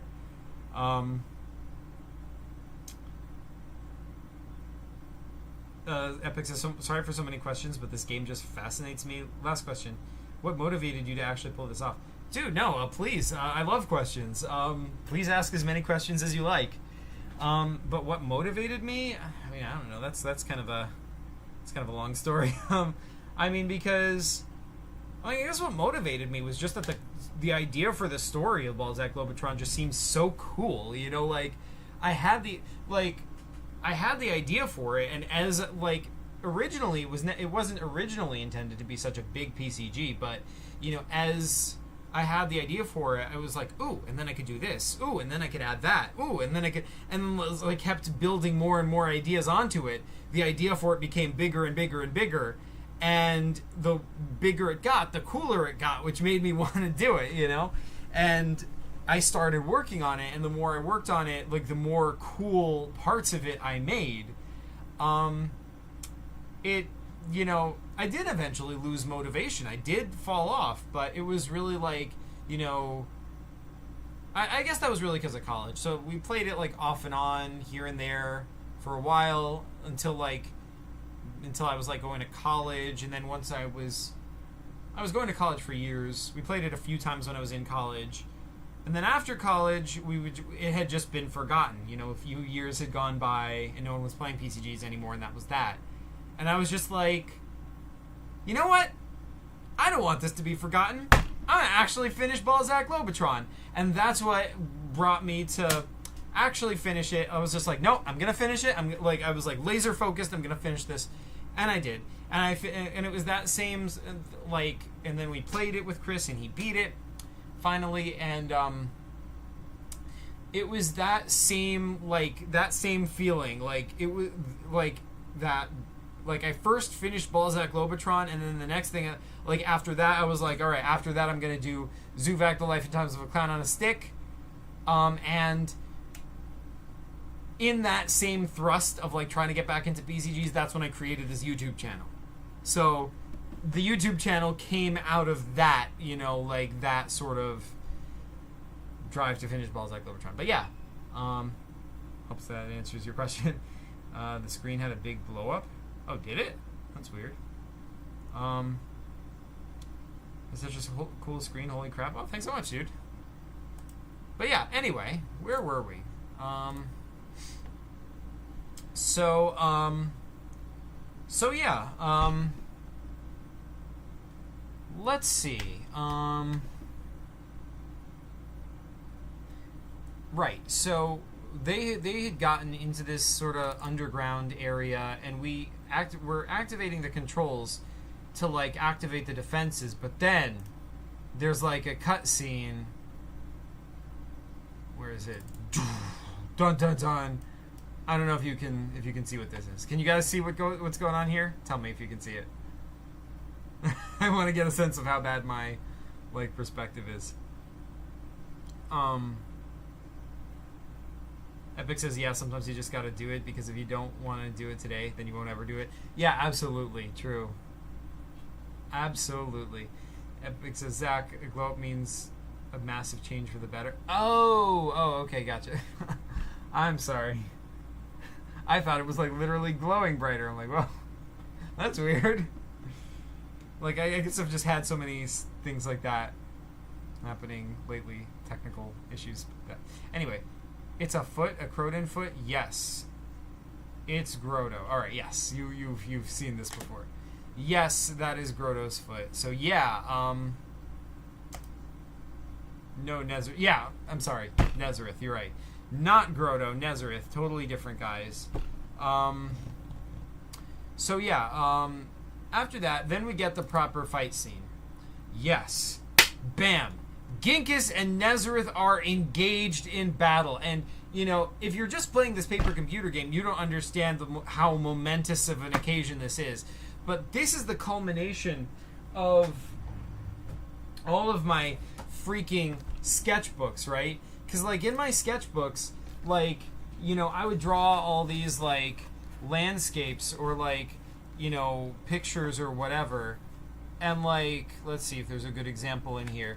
Yeah, there's, like, there will be, like, a landscape and, like, Ginkus will be there.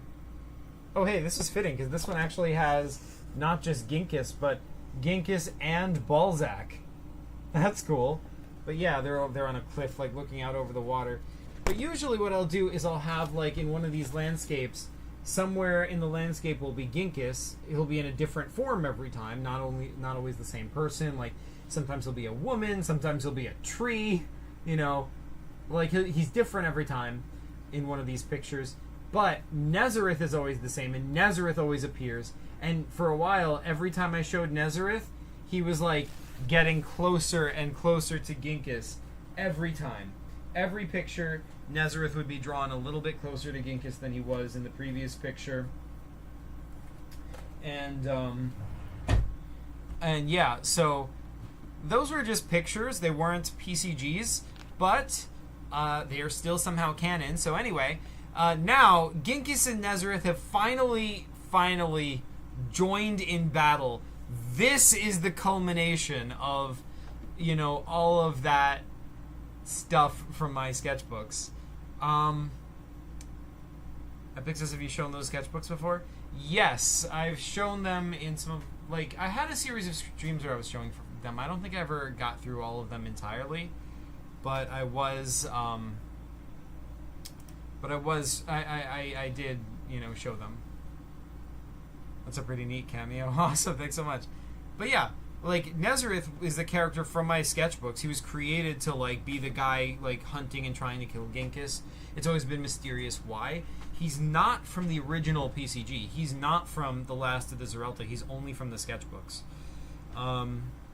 So, yeah, like, Ginkus' trajectory in my art and whatnot is that he first appeared in Last of the Zerelta, where he was the king of the Zerelta. He was, you know, he was this, right? But then after that, I just started doodling Ginkus everywhere. Like, even if I was in class, yeah, I remember because, like, one day I was in class, I think, and I saw on my desk someone had doodled some hills with, like, a path running over them, and I just drew a little Ginkus on top of the hills with my pen. On top of their, yeah. So in that classroom, still to this day, well, I mean, I don't know. I haven't been there in many years, but if they didn't get rid of the same desk or clean it, I guess there would still be a Ginkus there to this day. And yeah, so ever since that point, I started doodling Ginkus everywhere. He's like, and then it sort of became my thing, and I was putting it in my sketches, and it, like in every single picture of the sketchbook, it became a tradition that Ginkus was always there. But like I said, Ginkus is always different. Like I imagine Ginkus in a different form. Like one day he'll be a building, one day he'll be a tree, one day he'll be a woman or a child or an animal, or it doesn't matter. Always different. I'm gonna find that disc. It'll be worth $10 million.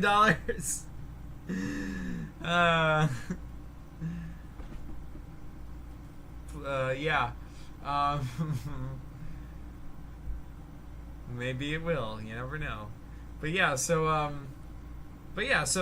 after that, like Balzak Globotron represents Ginkus sort of coming back into paper computer games, and he's back to his original form. This is like the original Ginkus, which canonically is the one that's still been in stasis for 1,000 years.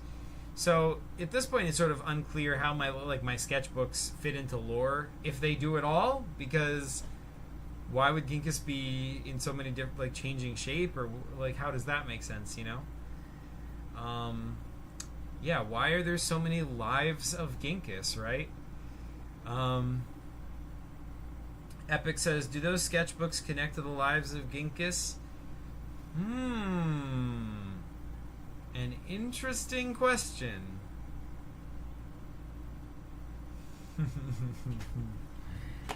But, yeah, theory time.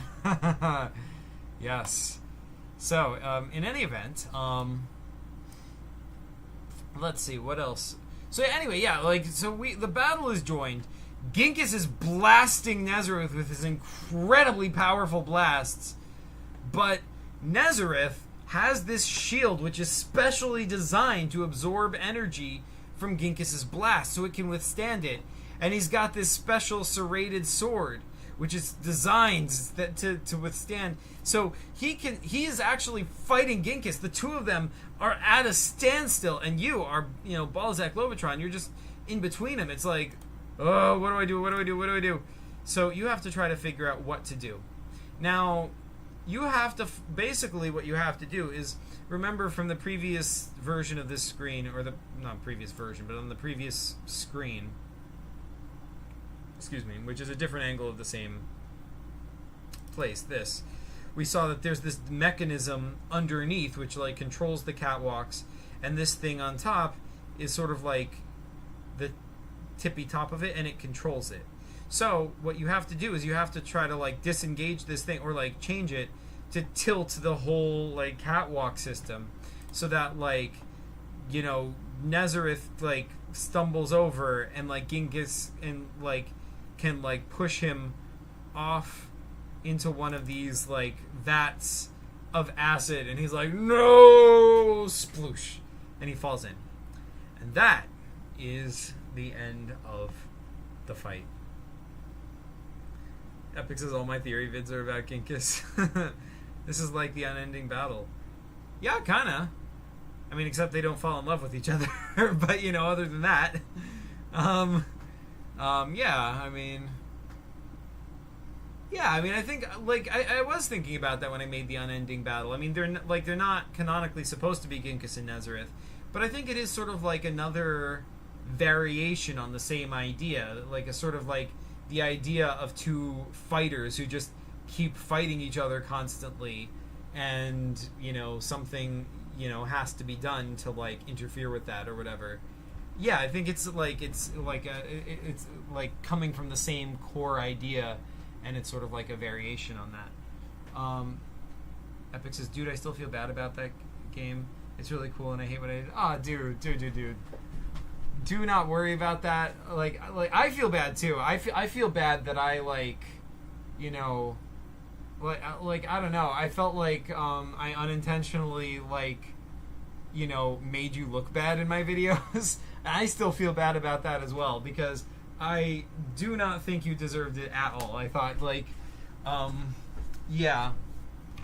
And so, yeah, sorry about that, dude. But yeah, definitely don't worry about anything or whatever.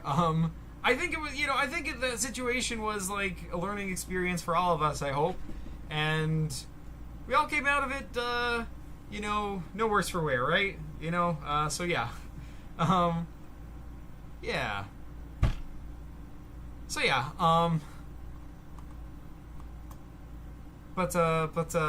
like, definitely thanks for saying that, though. Epic says maybe I make a sequel, but yeah, we learned so much from PCGs. Yeah, absolutely, totally. So anyway, once you get through there, there is a secret tunnel. I'm not sure if there's like a screen showing the secret tunnel. We have over here. This is obviously, look how messy this looks. This is not for Chris to see, but this is like a diagram for me of the Capitol building, so that I could keep track of where all the screens are, because Chris is in a screen and he says, "I'll go to the left," and I'm like, oh shoot, where does this go? Where does this go? Yeah, because like we've got at the top, we've got the roof with like Ginkis on it. There's staircases going up. There's elevators, observation room, escape route. That's the super detailed, the pointlessly detailed room, and that like goes down to the bottom. Then here we've got the lower levels. This is where the battle happens. There's a door over here. Switches 1 and 2 are here. I guess those are... Yeah, I guess you have to go to 2 different rooms to activate the 2 switches. And then... I guess, so this would be the tunnel, I guess, that takes you into the Tower of N. And so the Tower of N is the next area. And so I think we have gotten up to it. Epic says that script is crazy. Oh, it's not a script. It's not a script. Because there is a script. There is like an actual script that comes with... Well, I guess it would be here. Right? I should actually open it because it could be handy.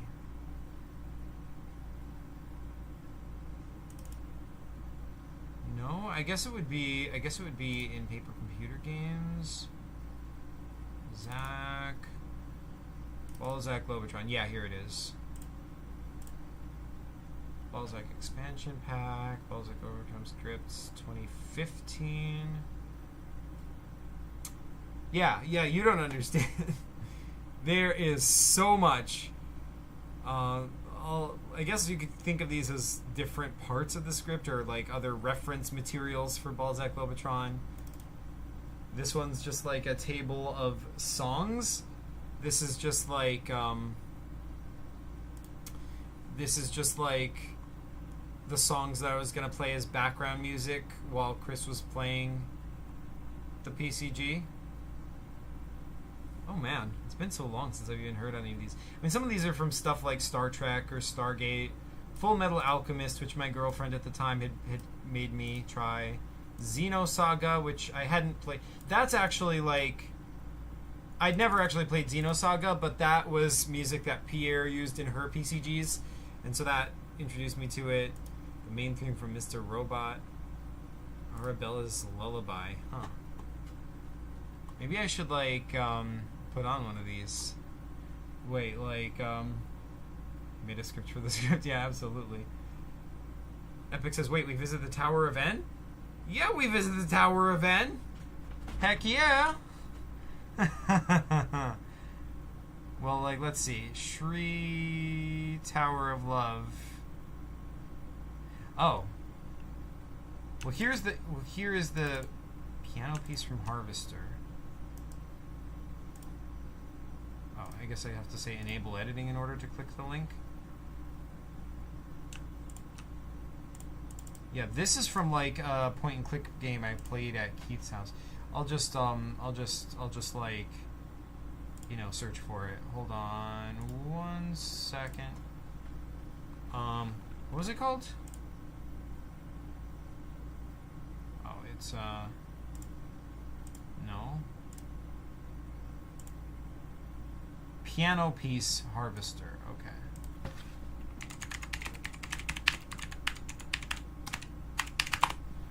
I'm gonna get copyright claims for this. But yes, here we go.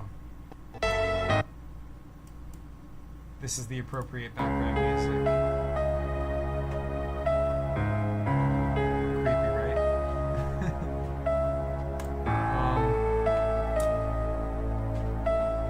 Epic says, I thought we only saw it in Descent. No, we saw it in this one too. Well, we see different pieces of it in this one than we see in Descent. Glad you're doing this video. Oh, thanks so much, dude. Neil Gunn says, dude, that's awesome. You compiled the soundtrack for PCGs. Heck yeah, I did. Epic says, I can't believe I didn't draw that. My PCG historian days. Oh, I can't believe I didn't know that. My PCG historian days are not over yet. Oh, man. Well, you know, there's a lot that gets lost in history of PCGs, unfortunately. And that says, I wanted to do that for my next PCG. Oh, man. It's a lot of trouble. I found that in practice, like, I mean, this is cool to compile, but in practice, it's hard to, like, be running this, but then also trying to pull up the music at, like, while you're also running a PCG. Even with the handy links, it was hard to do, and I sort of gave up on it halfway through. It would have been better if I had, like, a third person to, like, be the guy to, like, bring up the music or whatever. But anyway, let's in paper computer games, there's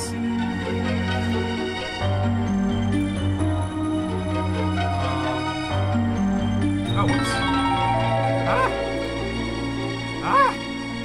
Anyway, sorry. Yeah, I think this is it. I think this is the script for... Well, this is the version that's on the PCG shop. It has the full game, and then at the bottom there's... Oh, this is just the game thing. Dang it. Oh, this is the script, obviously. Yeah, so this is the actual script for the game. I'm gonna keep this up because, like, in case I need it, because, like, if I forget what something does, like, if I want to know what one of the puzzles is, this is gonna be pretty essential. You can get this script because it's, like, the game with the script is available on the PCG shop for free. But yeah, this is the script. It's, as you can see, pretty intense. This is definitely... Oh shoot, I'm sorry.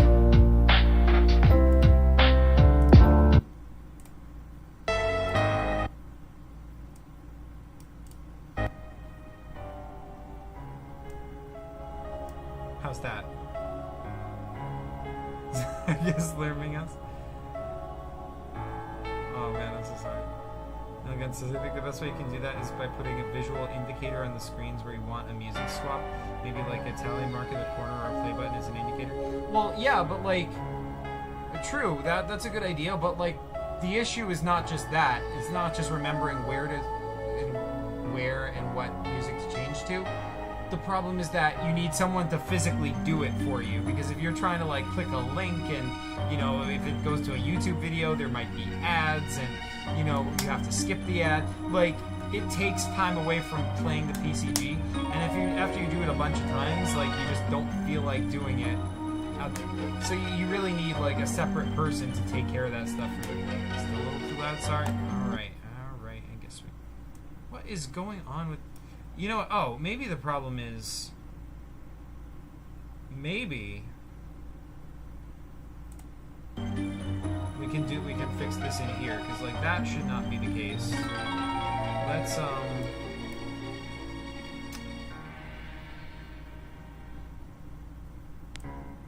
turn down the volume on audio output capture, too. How's that? Is that better?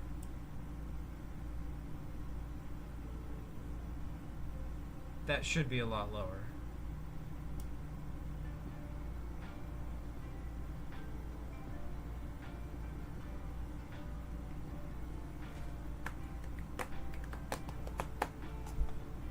Neil Gunn says, I'm thinking if you ever do it over Discord, you can have a bot with the whole playlist queued up and just loop it. And when you want to switch, just do like /next or something. that could work.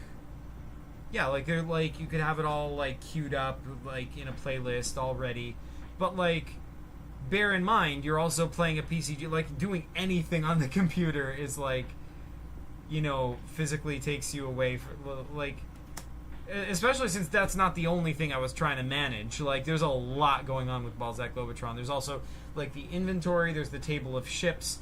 There's like, you know, there was a lot of stuff. We'll get into that. But anyway, oh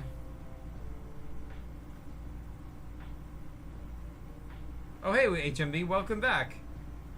Nailgun says the problem is it would only work for online PCG sessions. Yeah, in real life I don't know.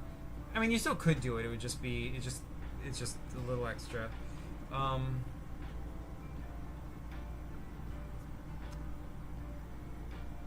Ooh, Nailgun's working on a PCG about evil in PCGs. That sounds epic. I am looking forward to that. But yeah, okay, so let's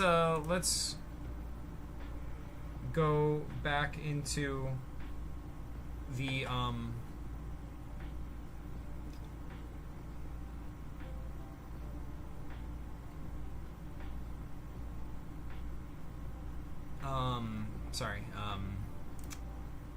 let's go back into Balzak.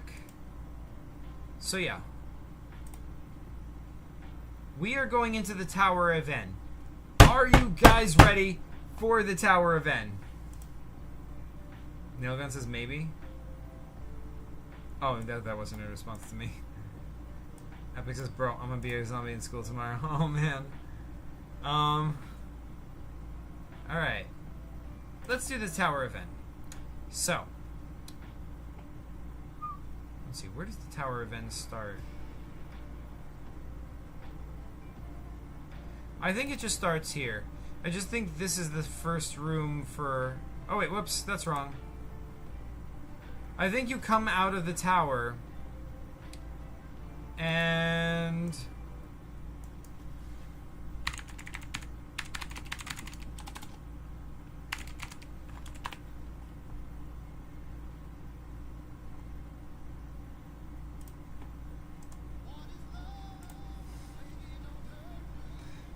That was the official. This was the official music for this scene.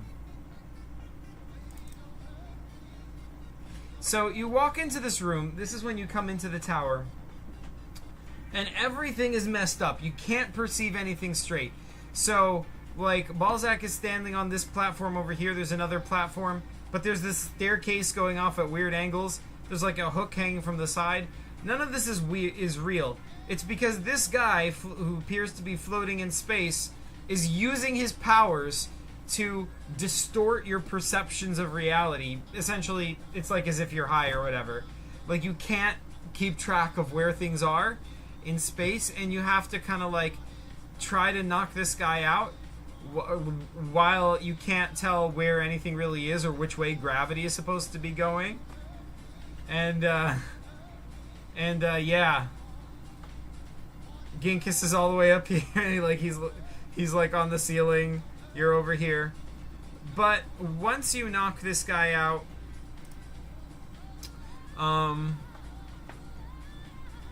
really cool take on a puzzle. Ah, thank you. Once you take that guy out, we go back to our music from before, which is this one. Once again, let me know if it's too loud at any point. But yeah, so after that, this is the actual room. This is what the room looked like all along, but we couldn't see it because, you know, this guy was making us, you know, hallucinate or like confuse and distort reality in our heads. After you've knocked him out, this is the guy you've defeated. That's Balzak Ginkus. I don't remember why Ginkus is not here at this point. He should be, I think. But there's this like hovering platform. This is the staircase where you came from. This leads back into Ginkus's tower. But we are now officially inside the Tower of N, and we can see that some weird stuff is going on inside the Tower of N. And this person with those powers is the first indication that something weird is going on within the Tower of N. And, but basically you have to get up here, and you have to get in that door. Once you get into that door, I believe it takes you to this place over here. So, is Ginkus even a creature at this point? Yeah, man. Did not expect the Tower of N to look like this. Yeah, it's pretty weird, mysterious. I don't know. Anyway, so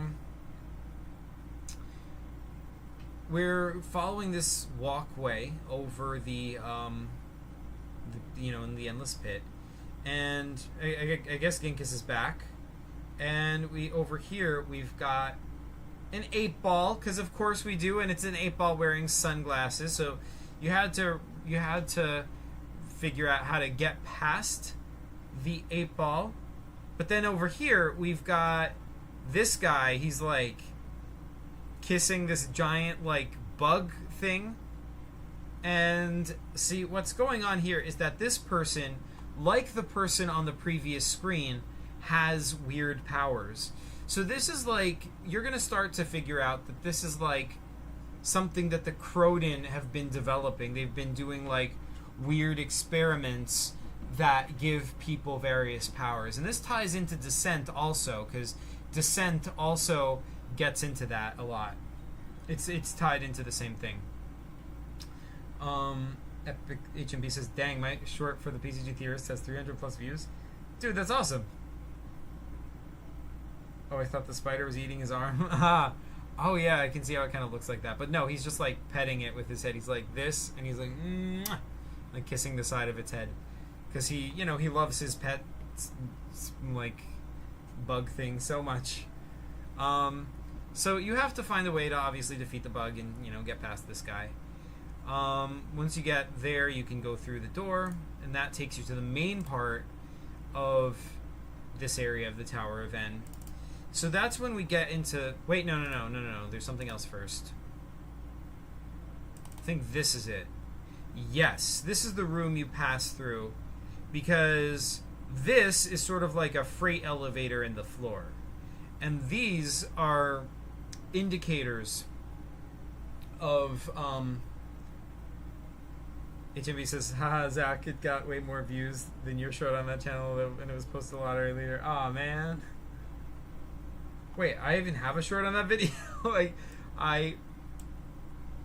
Well, either way, congratulations, it got more views. That's awesome. But yeah, I don't remember what my short on that channel was. But anyway, so yeah, the point of this was that this over here is like, this is monitoring the train system. So this is like, see, underground there's like a system of trains that goes, it leads to the Tower of N, but it comes from somewhere else, somewhere else on Shree. And there's a train incoming right now, and I think you had to defeat somebody in here. There's like Croden soldiers or whatever. But then somebody, like, I think when you press this button or something, or I think you had to press both this button and this button at the same time.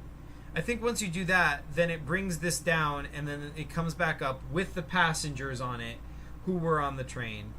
And it turns out those passengers are Ari. It's freaking Ari and his team. So this takes place right after the Ari paper computer games, like the Squids in Forest games. After the last one of those games, Descent, Ari shows up right here, because in the last game, at the end of Descent, Ari gets on a train, and this is where it leads. So at this point in the game, it becomes a multiplayer game. So at this point, when we got to this point, we actually physically brought Ari and Chris were playing at the same time. because Chris was playing as Balzak and Ari was playing as Ari. But Ari also had his full party from his games. He had, like, Cassie, and he had 2 freaking, like, constructs, like, these evil, like, not evil, but, like, super powerful stone monsters with claws and whatnot. And he had, like, a Croden guy with him as well, I believe. Anyway, so like, the 2 parties, like, merge. So it's Ginkus and Balzak and then all those people. And they go on into the next screen together. You know, once, you know, all the introductions are made and all that. You connected so much. Heck yeah, I did. Heck yeah. Balzak Globotron is like the ultimate hub of my PCGs. But yeah, so we go into the next screen and there's this, you know, this is sort of like a top-down view. Here's the party. We've got over here Balzak and Ginkus, Ari and Cassie, and here's the two constructs. And then we have, like, the passageways going off in different directions. Epic says, was Chris jealous that Ari had 2 constructs? I mean, yeah. But, you know, whatever. Chris had, like, a fleet of spaceships at that point, and Ari didn't, so... Fair enough, right? Anyway, so, you know, they were sort of exploring these different rooms. I think this room... No, wait, that was the boss room. I think I skipped a room at some point here. Because there was this room. This was like the security room. I forget where the door to this is, but it's like, along one of the passageways, there's a door that leads here. And this is like the security guard. He's got like a holographic, like, display, and he doesn't notice you yet. And there's other, like, security guards up here on this, like, you know, walkway up here, and there's, like, weapons. This is like a bunk bed. So this is like the security guard's quarters, but it's made to be defensible so that these guys can, like, you know, if somebody walks in, like, these guys can shoot from up here while this guy is, like, monitoring the control, the security stuff. But yeah, you had to, like, I think you were supposed to, like, knock this guy out, but Chris ended up, like, you know, like, messing around with him, like, convincing him that he was supposed to be there or something. I forget what he did. Hey, Adventure Online TCG, how's it going? So yeah, that was that screen. But yeah, we're up to here, and we have these 2 branching passageways. Now, one of those passageways is going to lead to this room. And there's, like, a fig at the center of this room, just a fig. And he's like, oh, figs don't deserve, oh. But something is wrong here, right? Because unlike ordinary stuff, like, there's, like, dead body parts of, like, somebody on the floor. And this fig is, like, standing at the center of them, and he's like, oh, figs don't deserve food. Figs do not deserve. But then, like, if you go in and you ask him questions, and Chris, when he went in, he made this guy mad, and he's like, I think Chris tried to, you know, do the standard thing you do with figs, like, manipulate them by trying to, like, hey, figs do not deserve to refuse to tell us stuff. This fig does not fall for that. He's like, what? How dare you? And he grows bigger. And I, like, drew on the screen as it happens in real time the bigger version of I think I have, like, yeah, here's, like, the second stage, and then if you keep making him mad, he gets to the 3rd stage, and this becomes a full-on boss fight. He becomes freaking like, enraged. He wants to destroy you, and he, like, obviously the normal fig stuff does not work on him. He is ultra powerful. He can make you levitate with his mind. He's, like, slamming you into the walls. He's, like, ripping you apart. And, like, you just have to, like, I don't remember what the solution was. Actually, maybe we should look at the script at this part, because I might have, like, written some, like, specific things that he's supposed to say.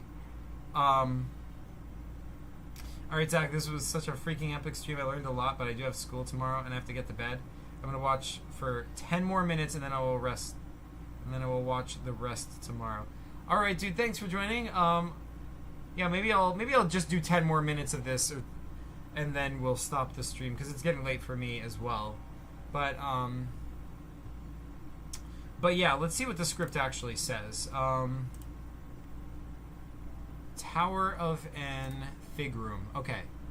So, yeah, a researcher wearing the long lab coat lies dead, beheaded and one arm ripped off. Both of those pieces lie on the ground. In the middle of the room is a seemingly ordinary fig. He acts like any other fig would. He'll turn down any offers of help as, oh, figs don't deserve it. As to the massacre, he has no knowledge about it. He'll simply moan that figs don't deserve to see things. Oh. But the corpse has a key card in its lab pocket. If the party tries to leave, the fig will moan, where are you going? If they persist in leaving, the door will slam shut in front of them.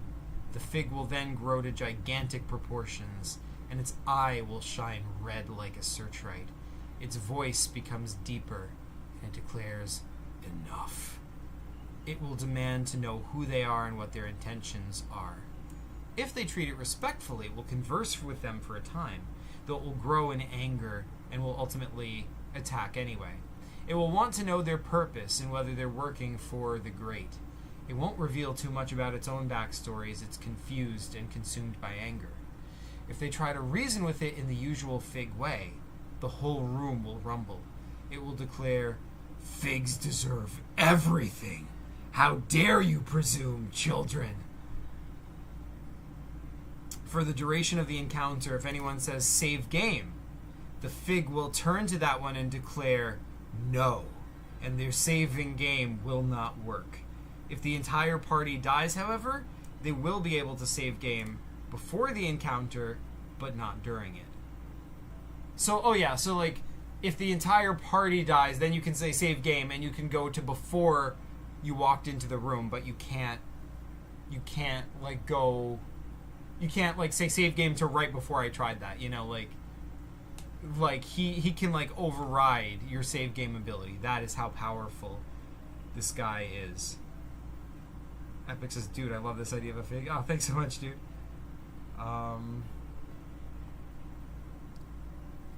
Ginkus will try to blast the creature if he's in the room, but it will deflect his blast into the ceiling and grab him with telekinetic force. You think you have power? However, the fig must divert all its attention to containing Ginkus. So, I guess the implication there is it is actually more powerful than Ginkus, but because Ginkus is so powerful, if it starts to fight with Ginkus, it has to devote all its attention to trying to struggle with him. So this gives the other characters an opportunity to attack. The eye is not vulnerable despite appearances.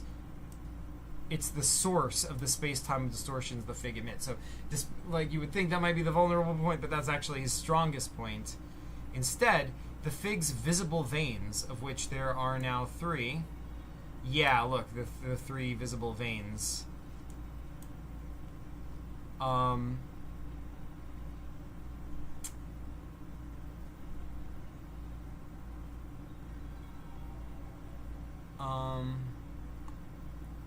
When the player does, the fig will drop Ginkus and target whoever hit the vein.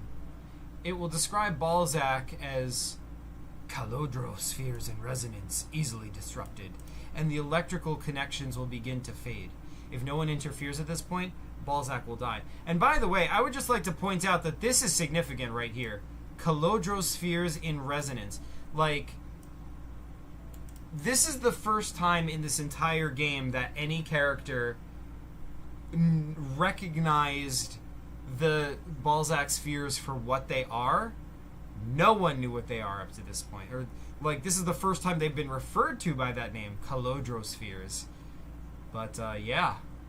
Not only does he recognize them, but he can disrupt the connections between them easily. So, man, it sucks you guys are going to bed. Like, I'm really getting into this. Dang it. But yeah, anyway. Someone must quickly get Ginkus' staff back to him. Epic says, dude, who even is this fig? Is he from Future Lab? Well, I can't reveal that. But let's see.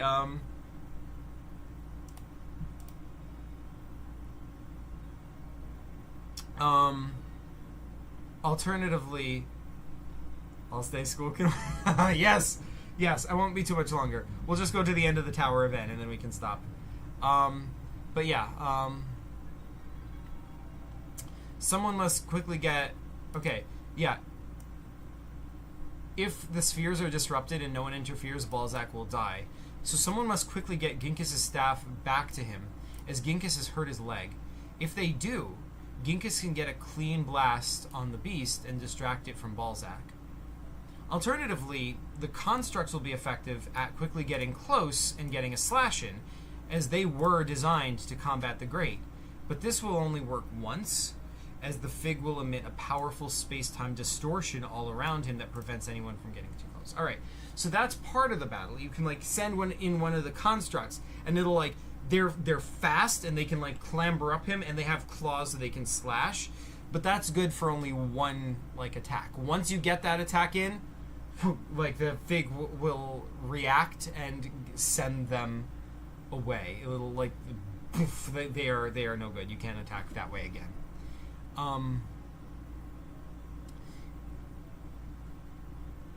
All other attacks will not harm him. Once Ginkus blasts him, he will drop whatever he was doing and contain Ginkus again. Once he does, he'll be open to another vein attack. And once all 3 veins are cut, he will reduce in size to a normal Fig, and he'll just run around. Oh, Figs deserve this pain, oh! And now he can just be knocked out or killed as normal.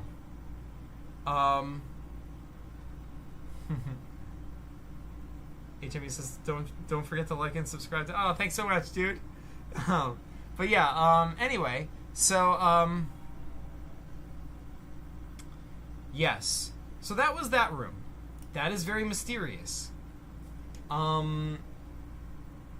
This is hinting at something. Now, I will say that, like, this Fig, you know, like, the theme of the Tower of N so far is that we've been seeing people with, like, incredible powers, and they've been genetically modified by the Croden to have these powers, right? Like, we saw the bug person, and we saw the other person with the, you know, the making the room all trippy. Like, these are all people manipulated by the Croden, but none of these people are anywhere near as powerful as this Fig at his full stage. This is the most powerful being we've seen in this game up to this point, I think, right? Yeah, I think that's a fair statement. This is an incredibly powerful thing, and anyway, so we, like, going back to here, that was this door goes to the Fig room. Then let's check out this other door that goes to this room. Now, inside here we meet these 2 people. Now, this is a fellow named Zunto, and this is Modri. They were, Epic says, what a boss fight. I know, right? That's, like, one of my favorite parts, I think. I know I shouldn't have favorite parts of my own PCG, but still.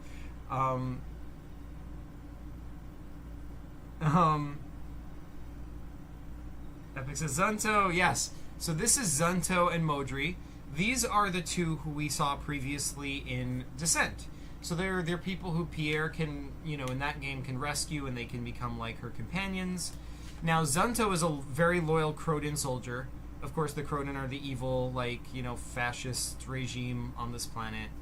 And Modri is part of the Resistance. So she's, like, loyal to Ginkus, right? And in Descent, their story was that he is, like, super, like, he's into her. Like, he thinks she's really cute, and he, like, he's trying to get her to, like, he's, like, trying to ask her out, but, like, she's, like, you know, she's secretly a rebel, right? She's secretly against the Croden, and he doesn't know that, and she's just afraid she's gonna get, you know, she's gonna get caught. And she can't, like, reject him in a mean way, because, like, he's a Croden officer, and in Croden society, there's a lot of potential for Croden officers to mistreat you. You know, like, if you piss them off, right, like, they might throw you in jail, and you could end up being tortured, right? So, like, she can't really reject him too strongly, but she also can't accept him because, like, she's a rebel. You know, she can't date a Croton officer. She risks being found out. So, HMB says, wow, Zach, you got 200 more subs after hitting 1,000. Good job. Oh, thanks so much, dude. I remember when you had like 300. Oh, man, yeah, good times. Yeah, yeah, I actually got 34 more subs just recently in the, like, since the recent, you know, I'm back, you know, phase. So I'm hoping to keep that up. I'm trying to gain the momentum a little bit. But anyway, so the story this time is that Modri and Zunto got separated from Pierre after Descent, and this is their next appearance. And they have now been experimented on by the Croton. So Zunto, as you can see, has transformed. He is no longer just a human dude. He is no longer himself. He has transformed into this, like, monster. Now, Modri looks like herself, but she has also gained incredible powers. But her powers are very specific. You see, she is able to control ancient Shri technology. So she can actually, like, take control of Ari's constructs if she wants to. Now, she is a rebel, so in theory she should actually be on your side, but the process of them being transformed into whatever they are, it messed with their minds. So their minds are foggy. They still are somewhat themselves, but their minds are super foggy, and they just, like, don't, like, they just don't care about anything anymore. Like, nothing that, like, they like, all the things that used to feel like they mattered to them, like, just, it's just like they're super, super high and nothing matters anymore. It's like that, you know? Epic says this relationship is strange. Yeah. I do have a thing for strange relationships in my PCGs, right? Like, people who are, like, enemies, like, falling in love. But yeah, like,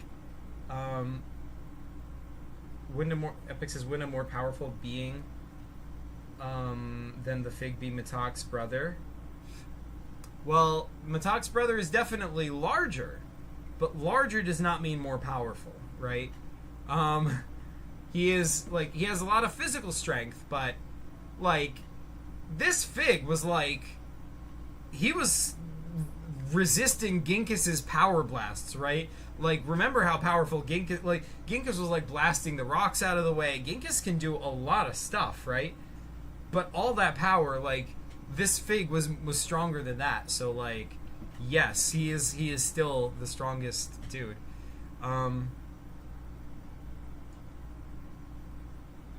What's the Fig's name? I'm not sure if I gave him a name. Yeah, I guess I didn't, because we just read the script, and if I gave him a name, it would have been in the... Yeah, I think, like, in the wiki, he's just called, like...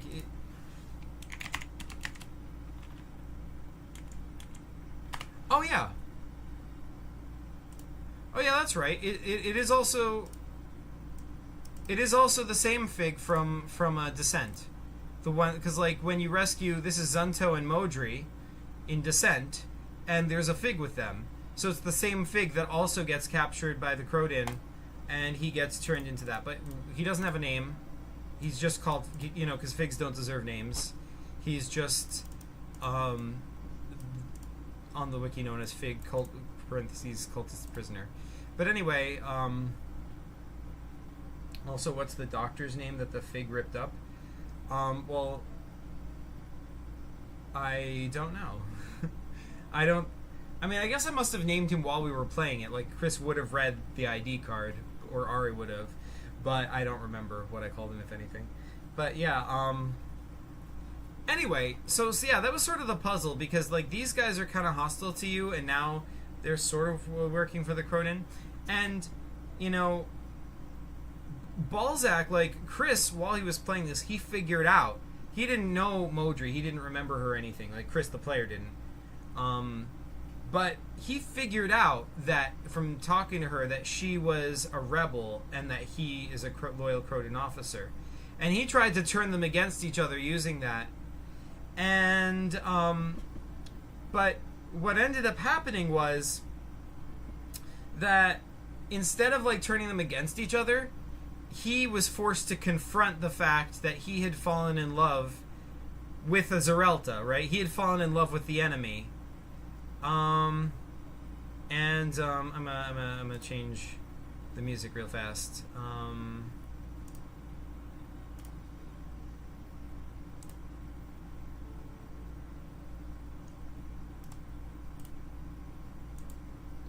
Anyway, so yes, he was forced to confront that, and he was like, I can't betray the Croden, but I can't betray Modri either. What do I do?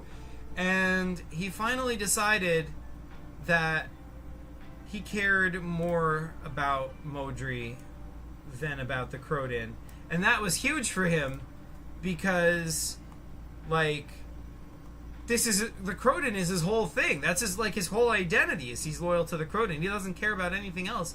But he finally found something he cares more about than that. Maybe it's partly because he's high, because he's been transformed into this whatever it is. But he decided to... He's like, you know what? I don't care. If you're going to be a rebel, then fine. I'll be a rebel with you. I don't even care.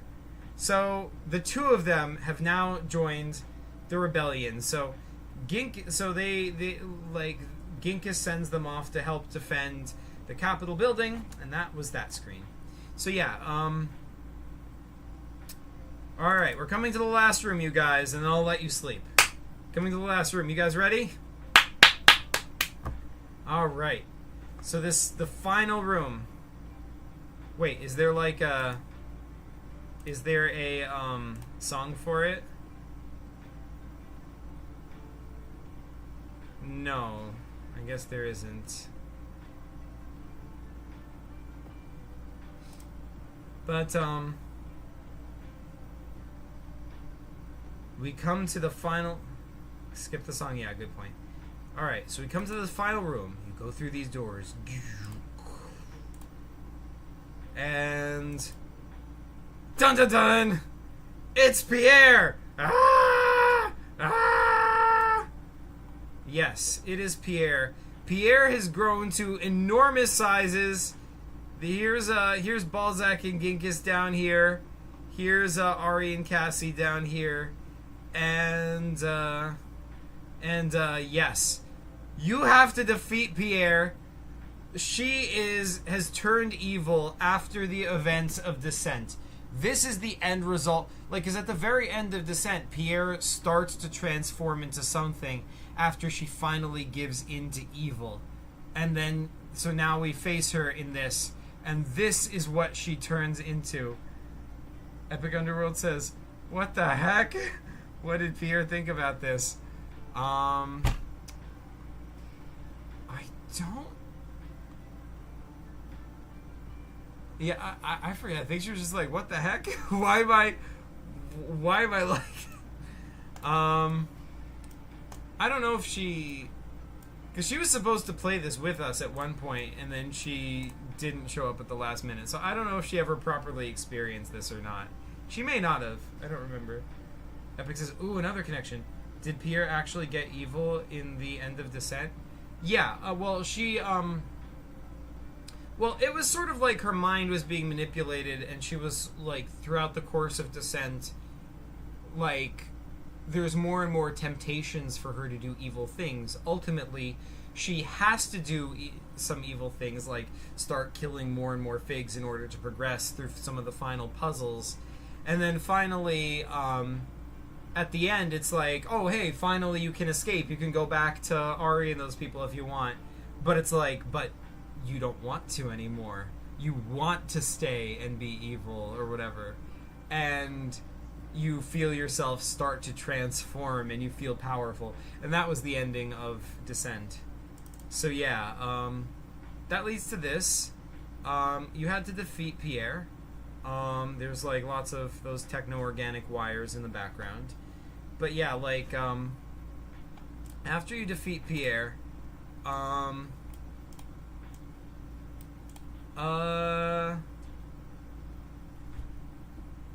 think...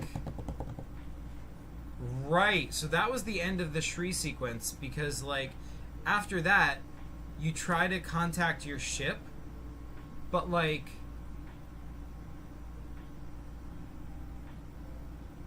yes, that's what happens. You try to contact the ship, but something has happened, right? Because after you defeated Pierre, and Ginkus is going back to his building so that he can start to set up the resistance to retake his planet of Shri, what had happened was,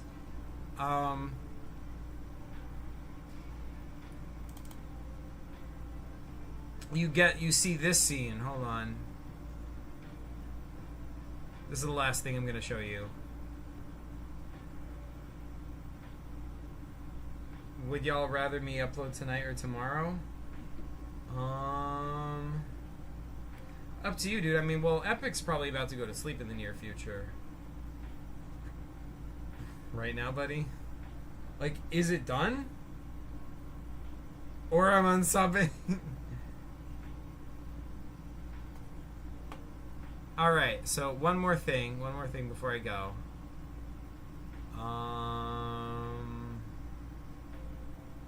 Is it not in here?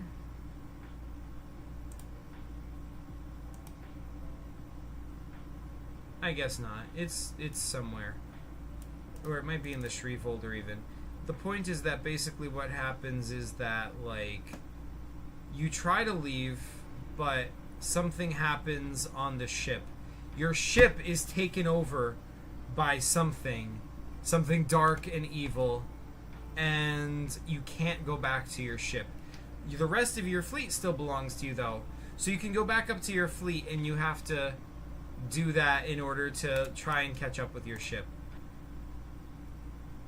So, yeah, I guess that's a good place to stop. Maybe next time we should do more? I don't know, what do you guys think? So yeah, what did you, like, yeah, I guess I will let you get to sleep, but guys, what did you think of the final part of Shri in Balzak Globotron? Nailgun says final upload tonight, but in 20 minutes because I have to render it and let it upload. Oh man, well, better get to rendering.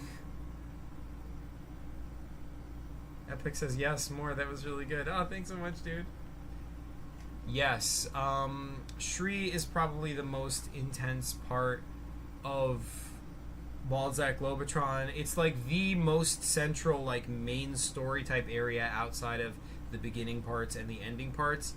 Like, if you were to, like, skip parts of Balzak Globotron, like Mesdora Corridor Section D, most of these are like random planets. Like, you don't have to visit any of these.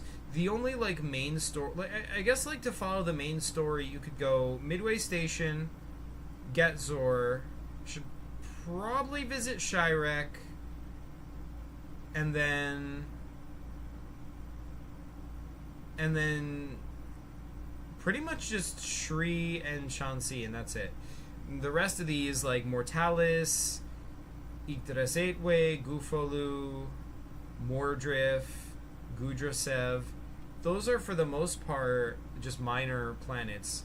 They're mostly not, like, main story stuff. So a lot of this is skippable. It's sort of like open world, kind of. But, like, but a lot of these things do still contribute to the main story. I guess Veliz is also, like, a main story planet. Zoniat to some extent, because, like, well, I guess you'll see why once we get to Zoniat.